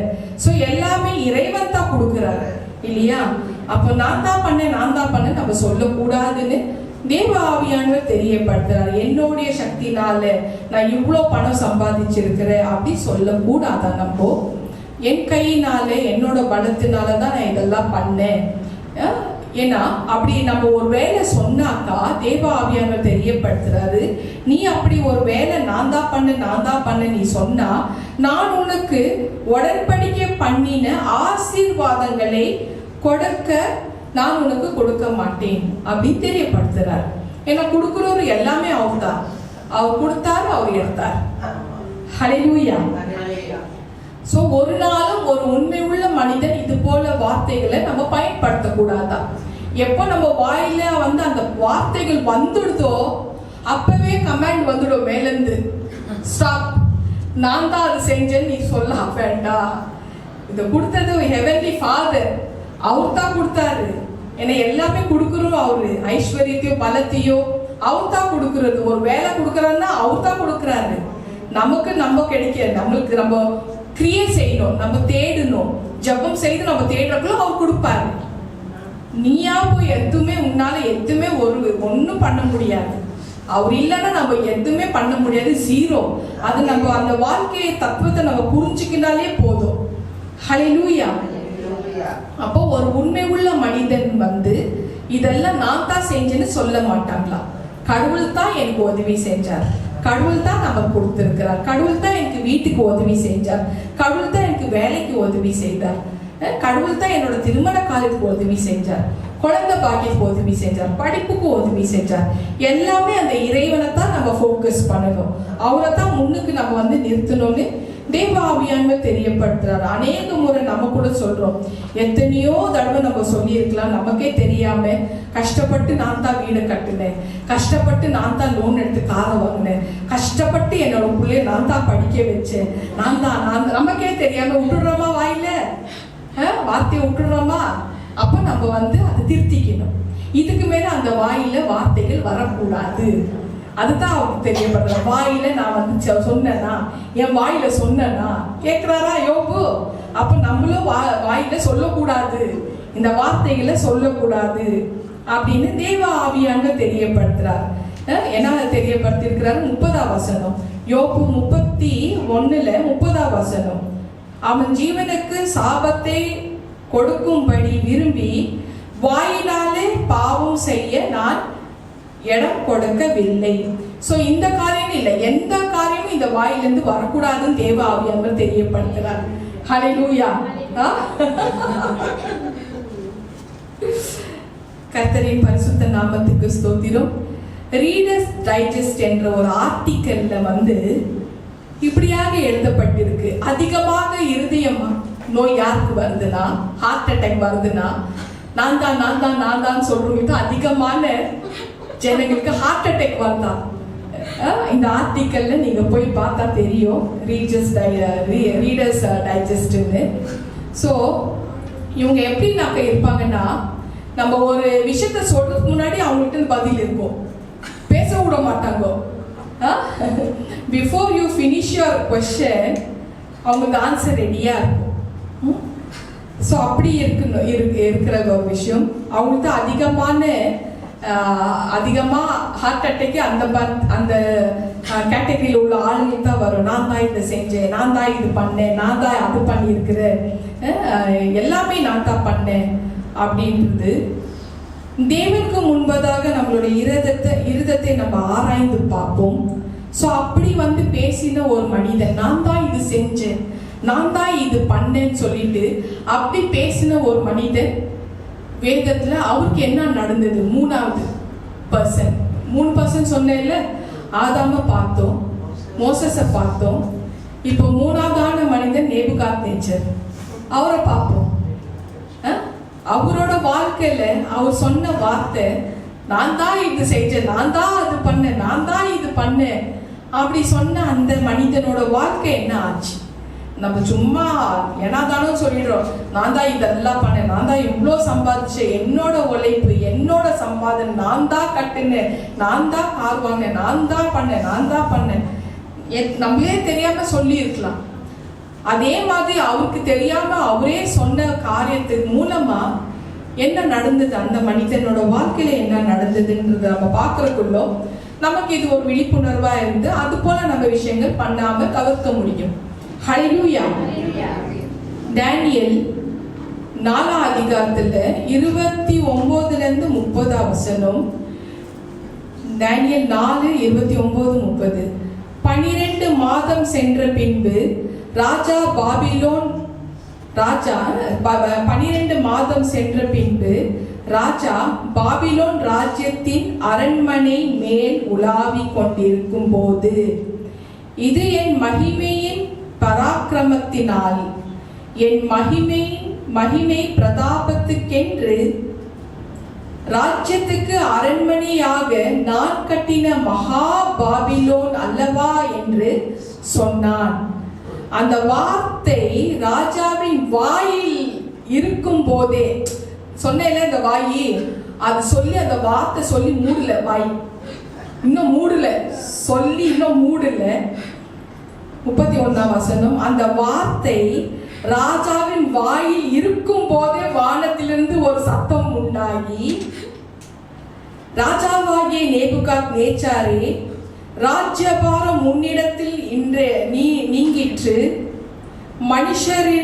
மனுஷரினின்று தள்ளப்படுவாய், வெளியில் மிருகங்களோடு சஞ்சரிப்பாய், மாடுகளைப் போல புல்லை மேய்வாய். இப்படியே உன்னதமானவர் மனுஷனுடைய ராஜ்யத்தில் ஆளுகை செய்து தமக்கு சித்தமாய் இருக்கிறவருக்கு அதை கொடுக்கிறார் என்பதை நீ அறிந்து கொள்ளும் மட்டும் 7 காலங்கள் உன்மேல் கடந்து போகும் என்று உனக்கு சொல்லப்படுகிறது என்று விளம்பினது. போச்சா? சொல்லி வாய் மூடல. என்னோட மகிமைக்கு நான் கட்டின மகா பாபிலோன்னு சொன்னக்குள்ளவே மேலது உத்தரவு வந்துருச்சு. ஒரே நாள்ல 33ஆம் வசனம் வாசிமா. ஹல்லேலூயா. அந்நேரமே இந்த வார்த்தை நேபுகாத்நேச்சாரிடத்தில் நிறைவேறிற்று. அவன் மனுஷனினின்று தள்ளப்பட்டு மாடுகளைப் போல் புல்லை மேய்ந்தான். அவனுடைய தலைமயிர் கழுகுகளுடைய இறகுகளைப் போலவும் அவனுடைய நகங்கள் பட்சிகளுடைய நகங்களும் போலவும் வளரும் மட்டும் அவன் சரீரம் ஆகாயத்து பனியிலே நனைத்தது. ஆமென். 34 37 வசனம் நோட் பண்ணிக்கங்க. மறுபடியும் இஸ் கம் பேக். அது வாசிக்கிறீமா? வேகமா வாசி. அந்த நாட்கள் சென்ற பின்பு நேபுகாத்நேச்சாராகிய நான் என் கண்களை வானத்துக்கு ஏறெடுத்தேன். என் புத்தி எனக்கு திரும்பி வந்தது. அப்பொழுது நான் உன்னதமானவரை ஸ்தோத்தரித்து என்றென்றைக்கும் ஜீவித்திருக்கிறவரை புகழ்ந்து மகிமைப்படுத்தினேன். அவருடைய கர்த்தத்துவமே நித்திய கர்த்தத்துவம். அவருடைய ராஜ்யமே தலைமுறையாக நிற்கும். பூமியின் குடிகள் எல்லாம் ஒன்றும் இல்லை என்று எண்ணப்படுகிறார்கள். அவர் தமது சித்தத்தின்படியே வானத்தின் சேனையையும் பூமியின் குடிகளையும் நடத்துகிறார். அவருடைய கையை தடுத்து அவரை நோக்கி என்னை செய்கிறீர் என்று சொல்லத்தக்கவன் ஒருவனும் இல்லை என்றேன். அவ்வேளையில் என் புத்தி எனக்கு திரும்பி வந்தது. என் ராஜ்ய பாரத்தின் மேன்மைக்காக என் மகிமையையும் என்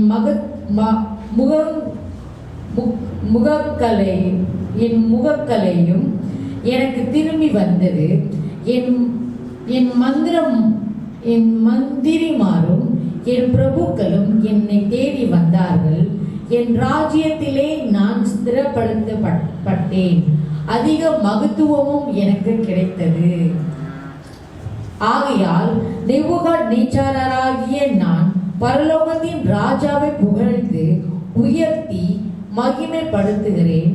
அவருடைய கிரியைகளை எல்லாம் சத்தியமும் அவருடைய வழிகள் நியாயமுமானவைகள். அகந்தையாய் நடக்கிறவர்களை தாழ்த்த அவராலே ஆகும் என்று எழுதினான். அகந்தியா நம்ம நடக்கவே கூடாது. 37ஆம் வசனத்தை மறுபடியும் வாசிக்கங்க. இதுல நம்ம இதே மாதிரி நம்ம தன்னைத்தானே தாழ்த்துவோம். உன்னதமான தேவனுக்கு தான் நம்ம மகிமையை கொடுக்கணும். அவரால் கவிழ்க்கவும் முடியும், அவரால் மீட்டெடுக்கவும் முடியும். ஒரு நொடியில அவர் நம்ம விடுதலை ஆக்கவும் முடியும், ஒரு நொடியில டிஸ்ட்ராய் பண்ணவும் முடியும். ஹல்லேலூயா. கர்த்தரின் பரிசுத்த நாமத்துக்கு ஸ்தோத்திரம். ஸோ அதே மாதிரி நம்மளோட இருதயத்தை நம்ம ஆராய்ந்து, ஆண்டவரே என்னுடைய நம்பிக்கையை நான் என் கையின் மேல் வைத்தேன்னா நம்ம கேட்கணும். என் கை மேல வச்சிருக்கிறேன்னா, ஏன்னா நமக்கு கொடுத்துருக்கிற பலன் அவர்கிட்ட இருந்து வருது இல்லையா? நம்ம ஒரு நாளும் என்னோட கையில தான் நான் ஒழிச்சு என்னோட பலத்தினால தான் நான் இதெல்லாம் வாங்கி சம்பாதிச்சேன்னு நம்ம சொல்லக்கூடாது. ஹல்லேலூயா. அதே நேரத்தில் பொன்னின் மீது நம்பிக்கை வைக்கக்கூடாதா, கோல்டு மேல நம்பிக்கை வைக்கக்கூடாதுன்னு தெரியப்படுத்துறாரு. ஸோ இப்படி இருக்கக்கூடாதுன்னு தெரியப்படுற. அப்படி இருதத்தை தேவனுக்கு முன்பதாக நம்ம ஆராய்ந்து பார்க்கணும். ஒருவேளை அப்படி இருந்தால் நம்மளோட ஜெபத்துக்கு அவர் பதில் கொடுக்க மாட்டார். அவ்வளவுதான், வேற வெரி சிம்பிள். நம்மளோட ஜெபத்துக்கு அவர் பதில் கொடுக்க மாட்டார். ஸோ நம்மளோட இருதத்தை ஆராய்ந்து பார்த்து, ஆண்டவரே தயவு செஞ்சு எனக்கு உதவி செய்யுங்க, என்னோட நம்பிக்கையை நான் பொன்னின் மேல் நான் வைக்கக்கூடாது, என்னுடைய நம்பிக்கையை என் கையின் மேல நான் வைக்கக்கூடாது, எனக்கு உதவி செய்யுங்க. அந்த காலத்துல நோவாக்கு பேழையை கட்டுன்னு ஒரு உத்தரவு கொடுத்துட்டார். அந்த பேழை, அதாவது ஷிப்பு கட்டுறதுக்கு உண்டான எல்லா பொருட்களோட சப்ளை தேவனே கொடுத்தாரு. அப்படி இருக்கிறவங்களோ பாபிலோன் நகரத்துக்கு கொடுத்துருக்க மாட்டார மாளிகைக்கு. அது எப்படி அவரோட சம்பாதனத்துல கட்டுன மகா பாபிலோன்னு சொல்ல முடியும்? அந்த வாய் அழிச்சாரா? அந்த வாய் சொல்லிட்டு இருக்கக்குள்ளவே உத்தரவு வந்துருச்சு, ஸ்டாப்னு சொல்லிட்டு ஒரே நாள் எல்லாம் பண்ணி சொன்னது அப்படி நடந்துருச்சு. அதுக்கப்புறம் தான் அது ரியலைஸ் ஆகி மறுபடியும் அவருக்கு ஆண்டவரை மகிமைப்படுத்த பிறகு அவருக்கு எல்லாமே கிடைக்க வருது. ஸோ இது போல நம்ம செய்யக்கூடாதுன்னு தெரியப்படுத்துறார். தேவனுடைய மகிமையை நம்ம ஒரு நாளும் திருடக்கூடாதுன்னு தெரியப்படுத்துறார். அந்த விஷயத்துல நம்ம உண்மையாக இருக்கிறோமா? உண்மையில தேவனுடைய மகிமையை நம்ம திருடி இருக்கிறோமா? அதை நம்ம ஆராய்ந்து பார்க்கணும் தெரியப்படுத்துறார். ஹல்லேலூயா. கர்த்தரின் பரிசுத்த நாமத்துக்கு ஸ்தோத்திரம். ஒரு 3 வருஷமா ஒரு பாஸ்டர் எனக்கு தெரியும். நான் வரத்துக்கு முன்னாடி அவர் பைபிள் ஸ்கூல் படிச்சிருக்கிறாரு. இது நம்ம பசங்களோட தான், பாஸ்டர் ஷாரன் பாஸ்டர் மர்லினோட சேர்ந்து பைபிள் ஸ்கூல் படிச்சிருக்கிறாரு. சம்டைம்ஸ் ஆன்லைன், சம்டைம்ஸ் பிசிக்கலா போவீங்களா? அது அந்த டைம் கொரோனா டைம் வேறு, மேக்ஸிமம் ஆன்லைன்ல தான் படிப்பாங்க. ஸோ ஆன்லைன்ல படிக்கிறக்குள்ள எழுதி எக்ஸாம் பசங்க எழுதுறாங்க. அந்த ஆன்லைன்ல ஆன்சர் ஷீட்டு பாஸ்டர் மகிழ்கிட்ட வாங்கி அந்த பாஸ்டரும் அதை காப்பி பண்ணி அடிச்சு காப்பி பண்ணி பாஸ் ஆயிடுறாரு. பாஸ்டர்னு ஒரு பட்டம் வந்துடுது அவருக்கு. எப்படி நான் வழக்க போல பாஸ்டர் மகிழ்கோ, பாஸ்டர் ஷாரனுக்கோ, பிரதர் ஸ்டீவனுக்கோ NJPH மினிஸ்ட்ரியில அவங்களுக்கு தேவனோட வார்த்தையை ஷேர் பண்ற அழைப்பு இருக்கோ, அதே போல அவருக்கும் அழைப்பு இருந்தது. அப்போ ஒரு 2 வருஷமா NJPHல தொடர்ந்து டிராவல் ஆகிறக்குள்ள ஃபர்ஸ்ட் டைம் அவருக்கு அந்த அழைப்பை நம்ம கொடுக்குறோம். ஆண்டவர் எனக்கு வாக்குத்தத்தம் கொடுத்தது போல 2023 டிசம்பர் மாசம் உனக்கு ஒரு கூட்டத்தை கொடுத்து ஆலயத்தை திறக்கப்படுத்துவேன்னு தெரியப்படுத்தினாரு. அதே போல ஆலயத்தை கொடுத்தாரு, திறந்தாச்சு, கூட்டத்தையும் கொடுத்தாரு. அப்போ அந்த டைம்ல அவருக்கும் தேவனோட வார்த்தையை ஷேர் பண்றதுக்கு NJPH மினிஸ்ட்ரி மூலமா அழைப்பு வருது. அவருக்கு கொடுத்தக்குள்ள அவர் சொன்ன ஒரு வார்த்தை என்னன்னாக்கா, டாக்டர் என்னால ஆல்டர்ல இந்த பக்கம் நிக்க முடியாது, நான் செத்துடுவேன்றார். அப்போ என்ன செய்யறது? அப்போ அந்த அழைப்பை அவங்க மனைவிக்கு கொடுக்கப்பட்டது. அப்போ அவர் அது பண்றாரு, அவங்க மனைவி எடுக்கிறாங்க. அதுக்கப்புறம் என்கிட்ட தெரியப்படுத்துவாரு, என்னால பைபிள் வாசிக்க முடியாது, பைபிள் மூடி இருக்கும், அதை நான் படிக்கணும்னு போறதுக்குள்ள ரொம்ப டிஸ்ட்ராக்ட் ஆகும், ரொம்ப நெகட்டிவ் எனர்ஜி, ஈவில் ஸ்பிரிட் எல்லாம் வந்து போவோம், ரொம்ப டிஸ்டர்பன்ஸா இருக்கு டாக்டர் அப்படின்னு தெரியப்படுத்துறதுக்குள்ள அவருக்கு டெலிவரன்ஸ் ஜெபம் பண்றேன்.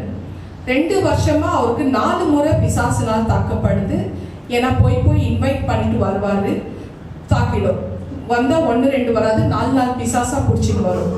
ஸோ அப்படி இருக்கிறக்குள்ள 4 முறை அவருக்கு டெலிவரன்ஸ் பண்றதுக்குள்ள 4 முறை அந்த டெலிவரன்ஸ்ல டெஸ்டிமனி வீடியோ நம்ம NJPH சேனல்ல நம்ம ஷேர் பண்ணியிருக்கிறோம். ஸோ அப்படி இருக்கிறக்குள்ள அவர்கிட்ட யாராவது ஜெபம் பண்ண சொன்னாக்கா அவர் அவங்களோட நம்பரோ சரி, அந்த நபர்களோ சரி என்கிட்ட அனுப்பி விட்டுடுவார். நான் தான் அவங்களுக்கு ஜெபம் பண்ணுவேன். ஸோ ஜெபமும் பண்ண மாட்டார். ஸோ இப்படி தொடர்ந்து வந்த ஜனங்களும் வெல்கம் பண்ண மாட்டார். ஆலயத்துக்கு வாங்க, உள்ள வாங்க, உட்காருங்க, அரேஞ்ச் பண்ணலையாமா. நம்மளாம் கிறிஸ்துவர்கள் இல்லையா, ஆவிக்குரிய சபையில இருக்கிறோம். யாராவது ஒருத்தர் வந்தா அவங்கள உள்ள வாங்க, உட்காருங்க. அந்த வாயில பிரேஸ் தி லார்ட்க்கு வராது. எத்தனை முறை சிஸ்டர் எலிசபெத் தெரியப்படுத்தணும், இது என்ன ஆவிக்குரிய சபையா? ஆரம்பத்துல இவங்க வாயில, இவங்க எல்லாம் பாஸ்டரா, இவர் வாயில பிரேஸ் தி லார்ட்னே வர மாட்டேங்குது.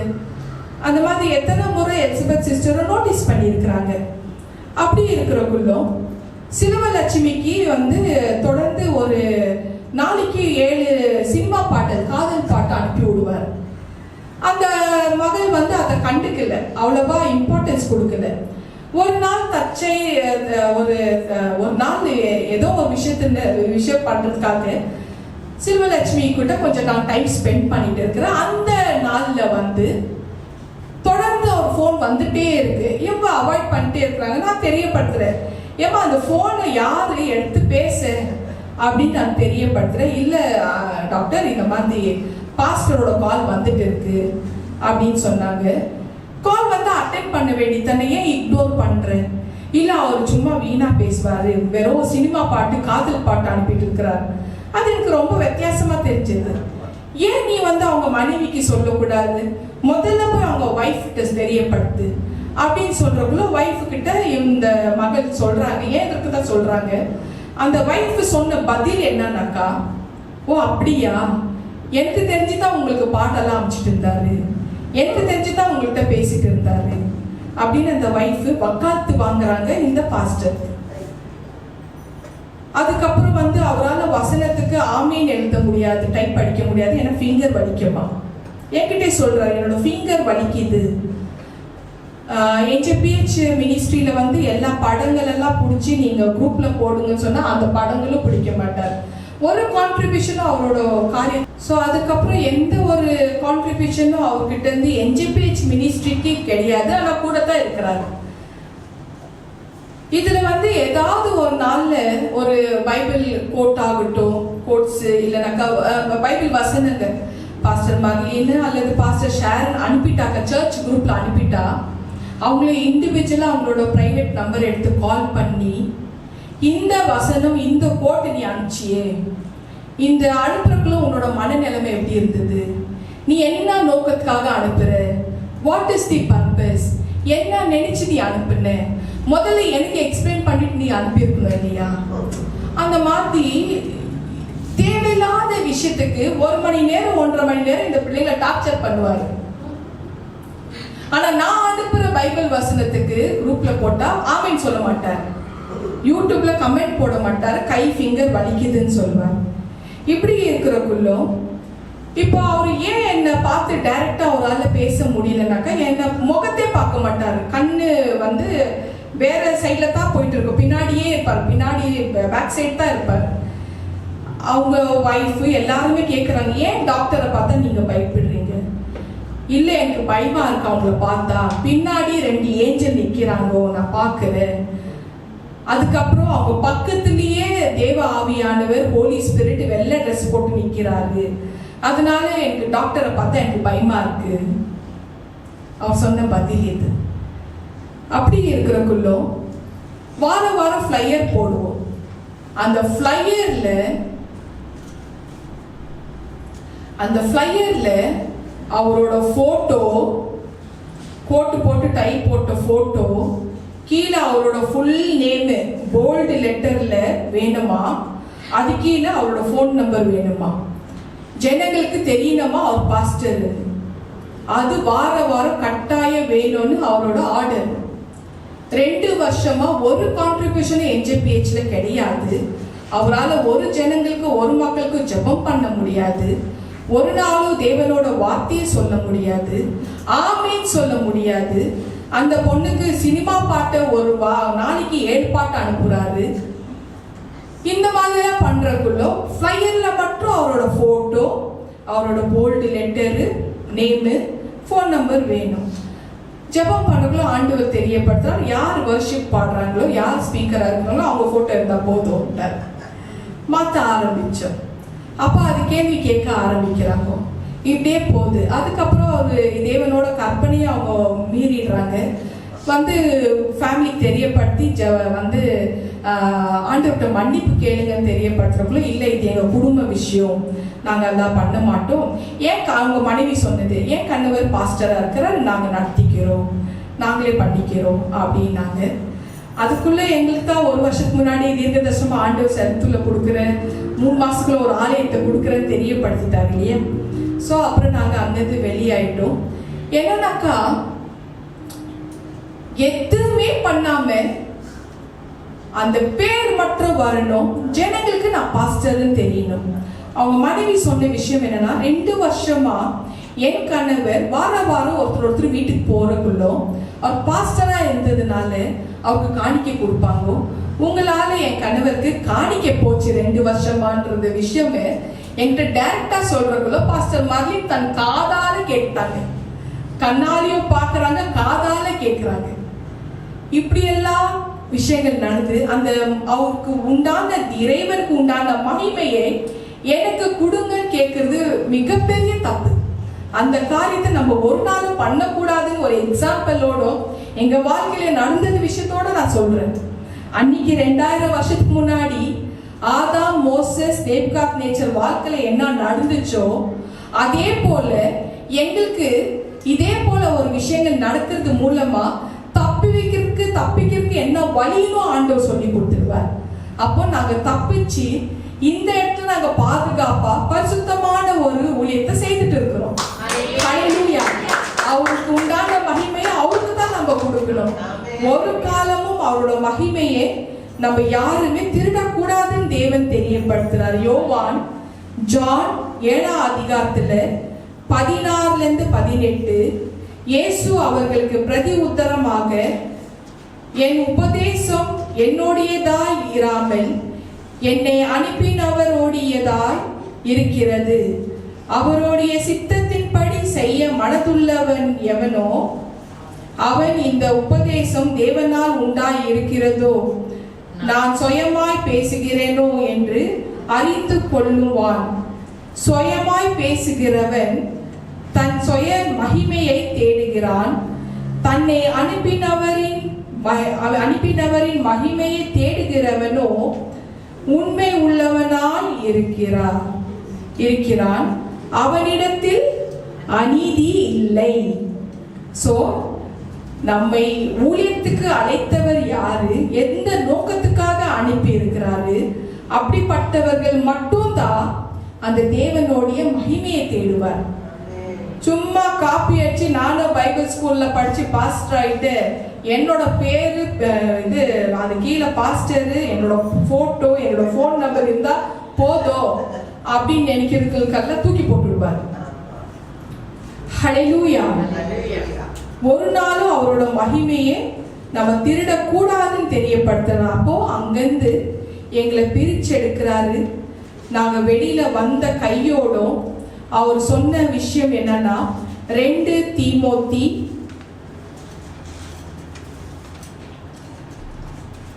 2ஆம் அதிகாரத்துல 14ஆம் வசனம், இவைகளை அவர்களுக்கு நினைப்பூட்டி ஒன்றுக்கும் பிரயோஜனம் இல்லாமல் கேட்கிறவர்களை கவிழ்த்து போடுகிறதற்கு ஏதுவான வாக்குவாதம் செய்யாதபடிக்கு கர்த்தருக்கு முன்பாக அவர்களுக்கு எச்சரித்து புத்தி சொல்லுனாரு.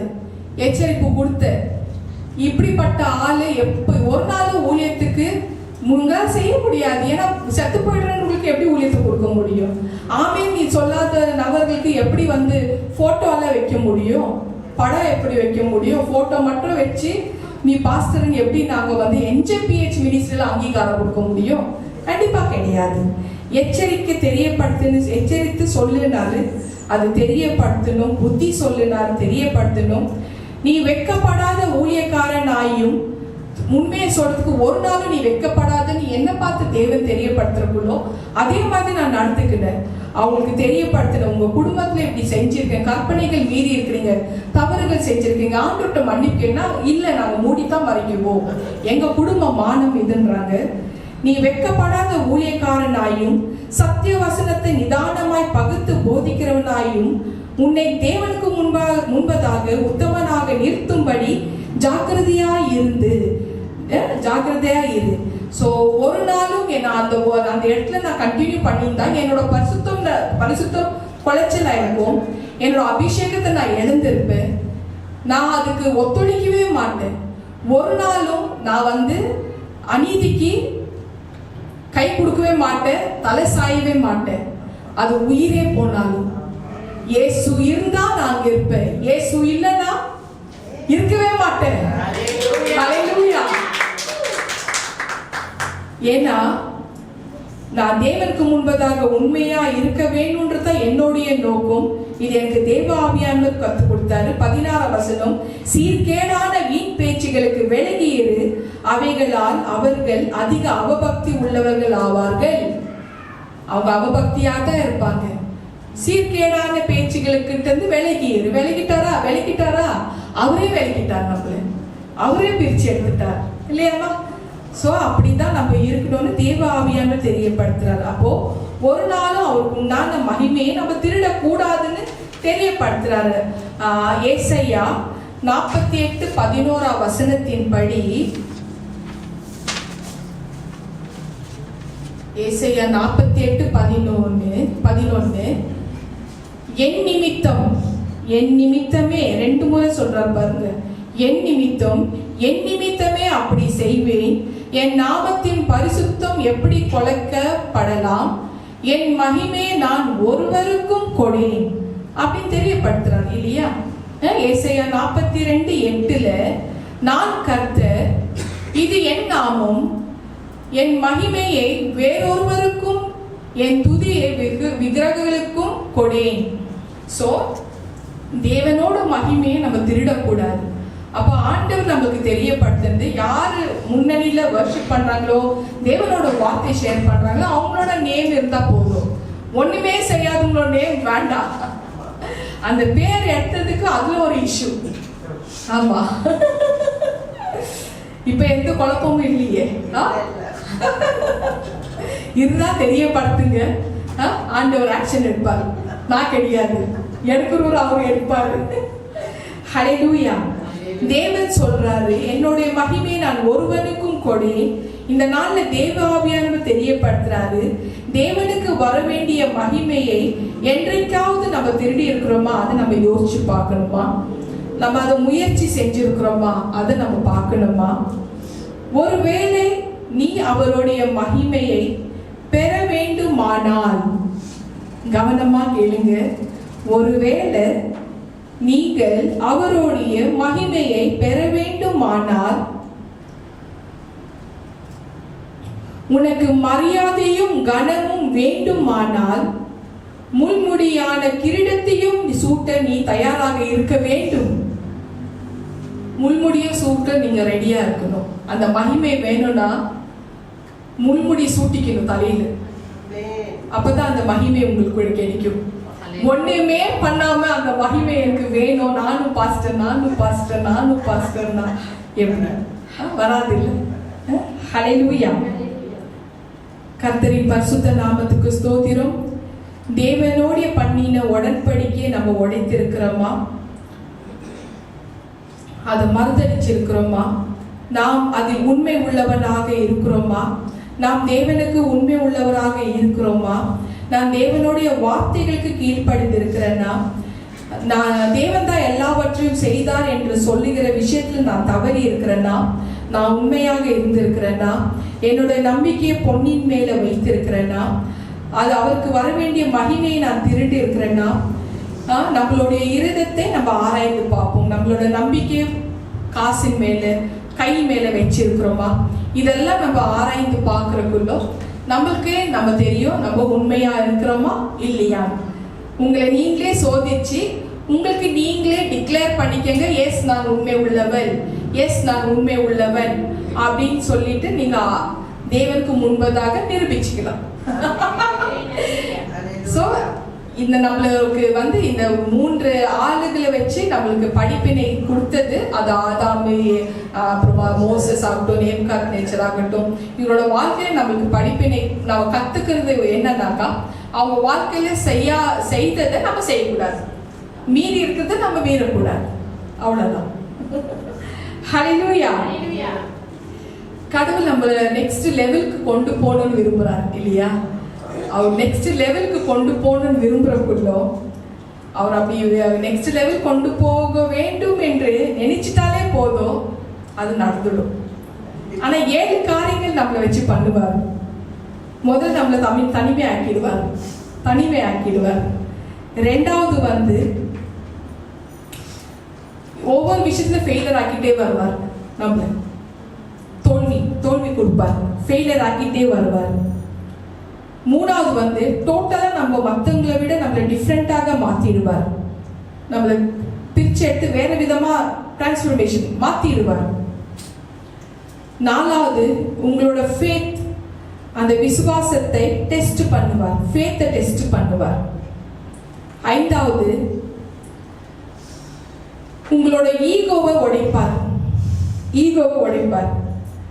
6வது உங்களோட ட்ராக்கை மாத்துவார். கடைசியா 7வது உங்களுக்கு என்ன நடந்தாலும் பார்த்துக்கலாம்னு சொல்ற ஒரு மனசெட்டை, மைண்ட் செட்டை கொடுத்துடுவார். என்ன நடந்தாலும் பார்த்துக்கலாம். இங்கேருந்து மலேசியாவுக்கு பெங்களூருக்கு போற ரிப்போர்ட் ஐஜிஎந்து கிரிட்டிக்கலான ஸ்டேஜ், பிளாக்கு கிளாட் இருக்கு, இசிஜி ரிப்போர்ட்டு எல்லாமே 7 இருக்கிறது 38 இருக்கு. ரிஸ்கியான ஒரு விஷயம், எமர்ஜென்சி அப்படின்ற ஒரு நிலைமையில தான் போற. பார்த்துக்கலாம். அந்த மைண்ட் செட்ல வந்துட்டேன். ஓ இப்படியா, பார்த்துக்கலாம், பரவாயில்ல பார்த்துக்கலாம், அப்படிதான் பேசுனேன். அங்க இந்த போல இது ஷேரிங் ரிப்போர்ட்டை பார்த்து அழுவுது. ஆனா நான் சொல்றேன் பரவாயில்லம்மா பார்த்துக்கலாம், ஆண்டிக்கும் 50 வயசு ஆச்சுல, பரவாயில்ல விடுமா பார்த்துக்கலாம், அப்படிதான் சொல்றேன். பரவாயில்ல விடு பார்த்துக்கலாம். அங்கேயும் போறேன், அங்கேயும் நிறைய தடைகள். செக் பண்ண டாக்டருக்கு அவர் உடம்பு சரியில்லை. மறுநாள் ஃபோன் தான் ரொம்ப பிடிக்கும் எனக்கு. எல்லா வசனங்களும் அதை தான் படிக்கிறேன், ஜனங்களுக்கு அனுப்புறேன், ப்ரேயர் ரிக்வஸ்ட் அதை தான் வருது. ஃபோன் டிஸ்பிளே உடஞ்சி ஹேங் ஆகி போச்சு. ஒரு நாள் ஃபோனே ஒர்க் ஆகல. பார்த்துக்கலாம். அதுவும் ஒரு ரிப்பேரிங் கொடுத்தாக்க என்னம்மா இங்கே இருக்கிற லோக்கலில் கொடுத்தாலேயே 2 நாள் ஆகுமா? யூஸ்வலாக 4-5 நாள் ஆகும். கொஞ்சம் எமர்ஜென்சினா 2 நாள் ஆகுமா? அப்படி இருக்கிறதும் எப்படி ஒரே நாளில் நாளைக்கு நைட்டு தான் ஈவினிங் தான் கொடுக்குற, மறுநாள் காலையிலேயே ஃப்ளைட்டு 9 மணிக்கெல்லாம் ஏர்போர்ட்டில் இருக்கணும். எப்படி ரெடி ஆகும்? எல்லாம் பண்ணார், ஆண்டவர் பண்ணார். அது ஒரிஜினல் கம்பெனிலேருந்து வாங்கி அந்த டிஸ்பிளே போட்டு கொடுத்தாரு ஆண்டவர். எல்லாம் பண்ணி முடிச்சிட்டாரு. பார்த்துக்கலாம். அந்த மைண்ட் செட் நம்மளுக்கு வந்துடும். ஏன் இது எக்ஸாம்பிளா சொல்றேன்னா, அது எப்படிப்பட்ட ஒரு விஷயமா இருந்தாலும் பார்த்துக்கலாம், ஆண்டவர் இருக்கார், பார்த்துக்கலாம். இது ரெவரண்ட் டாக்டரோட பஞ்சு. அது என்ன விஷயம் ஏதத்துல இல்லை. உங்களுக்கு சமாதானம் உண்டாகட்டும். Piece be with you all, piece be with you all. எல்லாரும் எழுந்து நின்று கர்த்தர் நமக்கு சொல்லி கொடுத்த ஜெபத்தை நாம் சொல்லுவோம்.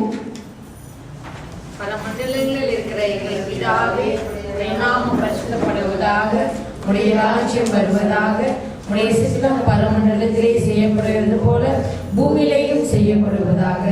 எங்களுக்கு வேண்டிய ஆகாரத்தை இன்று எங்களுக்கு தாரும். எங்கள் கடனாளிகளுக்கு நாங்கள் மன்னிக்கிறது போல எங்கள் கடன்களை எங்களுக்கு மன்னியும். எங்களை சோதனைக்குட்பட பண்ணாமல் தீமையை நின்று எங்களை ரட்சித்துக் கொள்ளும். ராஜ்யமும் வல்லமையும் மகிமையும் என்றென்றும் முடிவுகளே. ஆமென். இங்கிலீஷ்ல சொல்லுவோம். Our Father in heaven, hallowed be your name. Thy kingdom come, thy will be done on earth as it is in heaven. Give us today our daily bread, and forgive us our debts, as we also have forgiven our debtors. And lead us not into temptation, but deliver us from the evil one. For yours is the kingdom, and the power, and the glory forever. Amen. உட்காருங்க. எல்லாரும் உங்களோட அன்பு காணிக்கைகளை கையில் எடுத்துக்கங்க. நீங்கள் கொடுக்குற காணிக்கைகள் 30, 60, 100 ஆகும்படியாக கர்த்தர் உங்களை ஆசீர்வதிப்பார். இந்த நல்ல தெய்வத்துக்கு நான் என்ன சொல்லி நன்றி சொல்லுவேன்? எந்த நற்ப ஜீவியத்தை நான் உந்தன் முன்னே சமர்ப்பிக்கலாம்.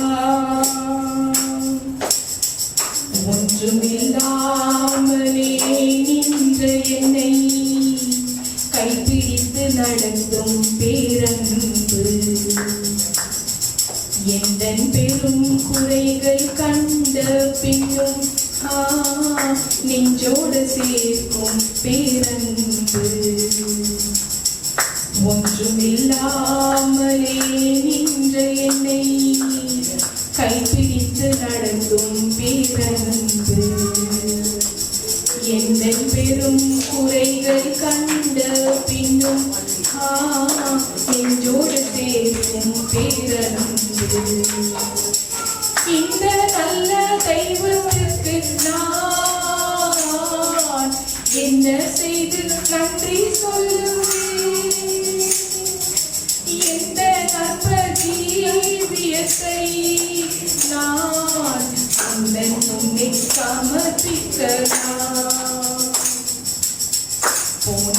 நாட்கள் தந்த வேதனைகள் உம் அன்புதான் என்று அறியவில்லை. போன நாட்கள் தந்த வேதனைகள் உம் அன்புதான் என்று அறியவில்லை. உம் சொந்தமாகவே மாரோடு சேர்க்கவே புடமிட்டு உருக்கினீர் என்னையும் நீர். உம் சொந்தமாகவே மாரோடு சேர்க்கவே புடமிட்டு உருக்கினீர் என்னையும் நீர். தேவான்பு என்ன உன்னதம், இந்த நல்ல தெய்வத்திற்கு என்ன செய்து நன்றி சொல்லுவேன். இந்த நற்ப ஜீவியத்தை நான் உந்தன் முன்னே சமர்ப்பிக்கலாம். ஆழ்மனத்தின் துக்கபாரமெல்லாம்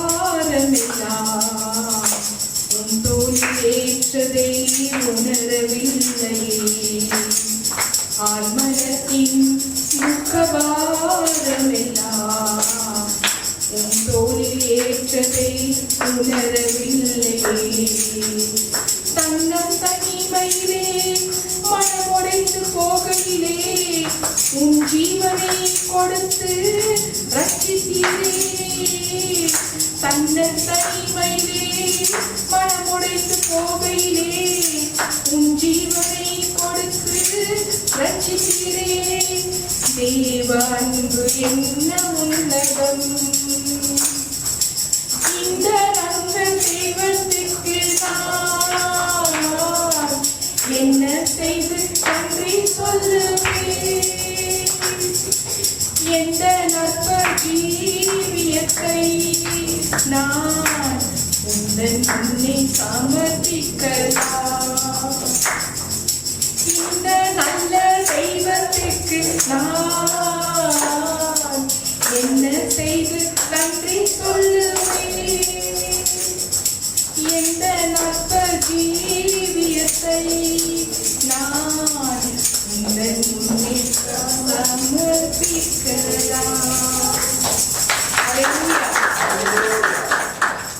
கர்த்தரின் பரிசுத்த நாமத்துக்கு ஸ்தோத்திரம். நம்ம பிரிந்திருந்து பந்திக்கு ஆயத்தமாகுவோம். ஹல்லேலூயா. ஆண்டவராகிய இயேசு கிறிஸ்து தன்னை காட்டிக் கொடுக்கும் அந்த ராத்திரி பந்தியில் சொன்ன வார்த்தையை நாம் நினைவு கூறுவோம். இயேசு கிறிஸ்து அப்பத்தை தன் கையில் எடுத்து அதை ஸ்தோத்தரித்து அதை பிரித்து, இது உங்களுக்காக பிக்கப்பட்ட என்னுடைய சரீரம், இதை வாங்கி உண்ணுங்கள், என்னை நினைவு கூறும்படியாக இதை செய்யுங்கள். அதை நாம் செய்வோம். இது இயேசு கிறிஸ்துவின் சரீரம். ஆமென்.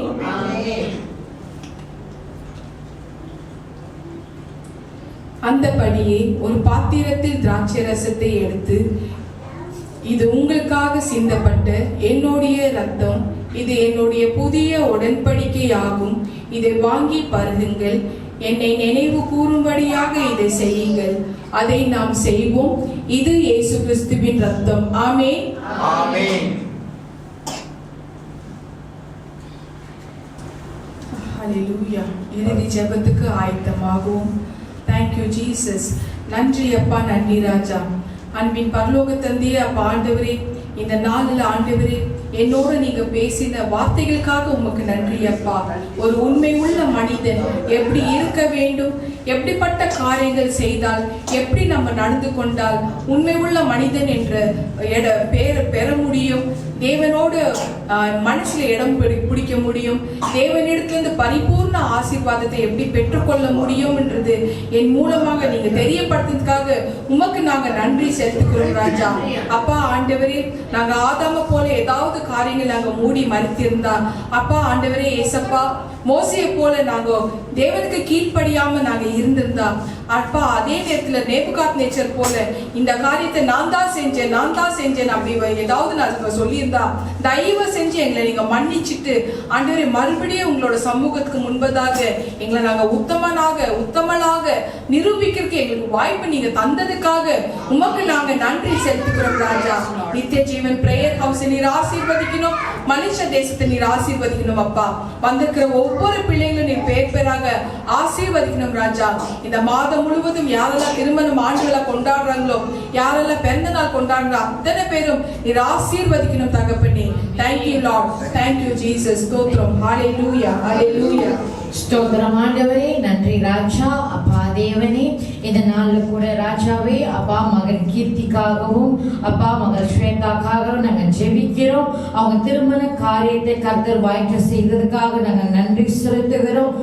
செய்கிற ஒவ்வொரு அரேஞ்ச்மெண்டையும் கர்த்தாவே கர்த்தர் முன் நின்று ஆண்டவரே ராஜா அப்பா அது கோணலானவைகள் எல்லாம் சபைப்படுத்தி கர்த்தர் ஆண்டவரே அந்த தம்பதிகளை ஆசீர்வதிக்க வேண்டும்படியா நாங்கள் ஜெபிக்கிறோம் ஆண்டவரே.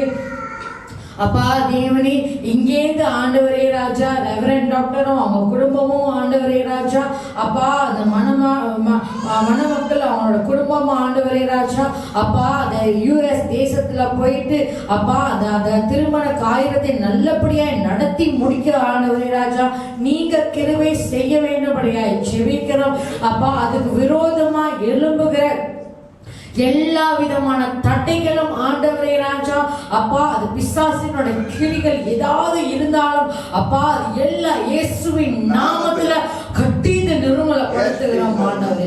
எல்லா தட்டைகளை உடைத்து போடுகிற தேவன் ராஜா எங்களுக்கு முன்பாக நீங்க செலுத்துங்க ஆண்டவரே. நீங்க போய் நடத்தி முடிங்க ராஜாவே. அப்பா தேவனே, எந்த தடைகளோ அப்பா ஃபிளைட்ல எந்த ஒரு பிரச்சனையும் வராத படிக்கோ அப்பா அந்த இடத்துல இருக்கிற ஒவ்வொரு ஃபங்க்ஷன் ஒவ்வொரு காரியத்திலையும் ஆண்டவரே அப்பா தேவனே உங்களுடைய தேவ கரம் அந்த காரியத்தின் மேல இறக்கும்படியாய் ஜெபிக்கிறோம் ஆண்டவரே. அப்பா தேவனே உடைய தெய்வீக பிரசன்னம் ஆண்டவரே ராஜா அப்பா தேவனே அந்த இடத்துல ஆண்டவரே ராஜா அப்பா அதுல அப்பா தூதர்களோட அப்பா தேவனே எல்லாரும் சேர்ந்து சந்தோஷமா அதை நடத்தி முடிக்க ஆண்டவரே ராஜா கர்த்தருடைய அனுகிரகம் அந்த இடத்துல இருக்க முடியாது அப்பா அதை நடத்தி முடிக்க வேண்டும்படியாய் ஜெபிக்கிறோம் ஆண்டவரே. அப்பா உமக்கு நன்றி. எல்லா தேவைகளை சந்திக்கப்பட வேண்டும் ஆண்டவரே. ஆசீர்வதித்து நடத்துங்க ராஜா. அதே போல ஆண்டவரே ராஜா அப்பா எங்களுக்கு கொடுத்திருக்கிற தீர்க்க தரிசனியான ரெவரண்ட் டாக்டருக்காக நாங்கள் ஜெபிக்கிறோம். அப்பா தேவனே ரெவரண்ட் டாக்டருக்கு ஆண்டவரே சரீரத்துல காணப்படுகிற எல்லா பலவீனங்களும் அது எல்லா ஆண்டவரே ராஜா முற்றிலுமாய் ஆண்டவரை கர்த்தர் நிர்மலப்படுத்தி புதிய பலத்தினால இட்டை கட்ட வேண்டும்படியாய் ஜெபிக்கிறோம். அவங்க குடும்பத்தை ஆசீர்வதிங்க அப்பா. டென்மார்க் தேசத்துல இருக்கிற பிரகாஷ் அங்கிள் மகள் ஷெர்லி அப்பா மகன் கீர்த்தி மகள் ஸ்வேதாவுக்காக நாங்கள் ஜெபிக்கிறோம். அவங்க குடும்பத்தை கர்த்தர் ஆசீர்வதிங்க ஆண்டவரே ராஜா அப்பா தேவனே.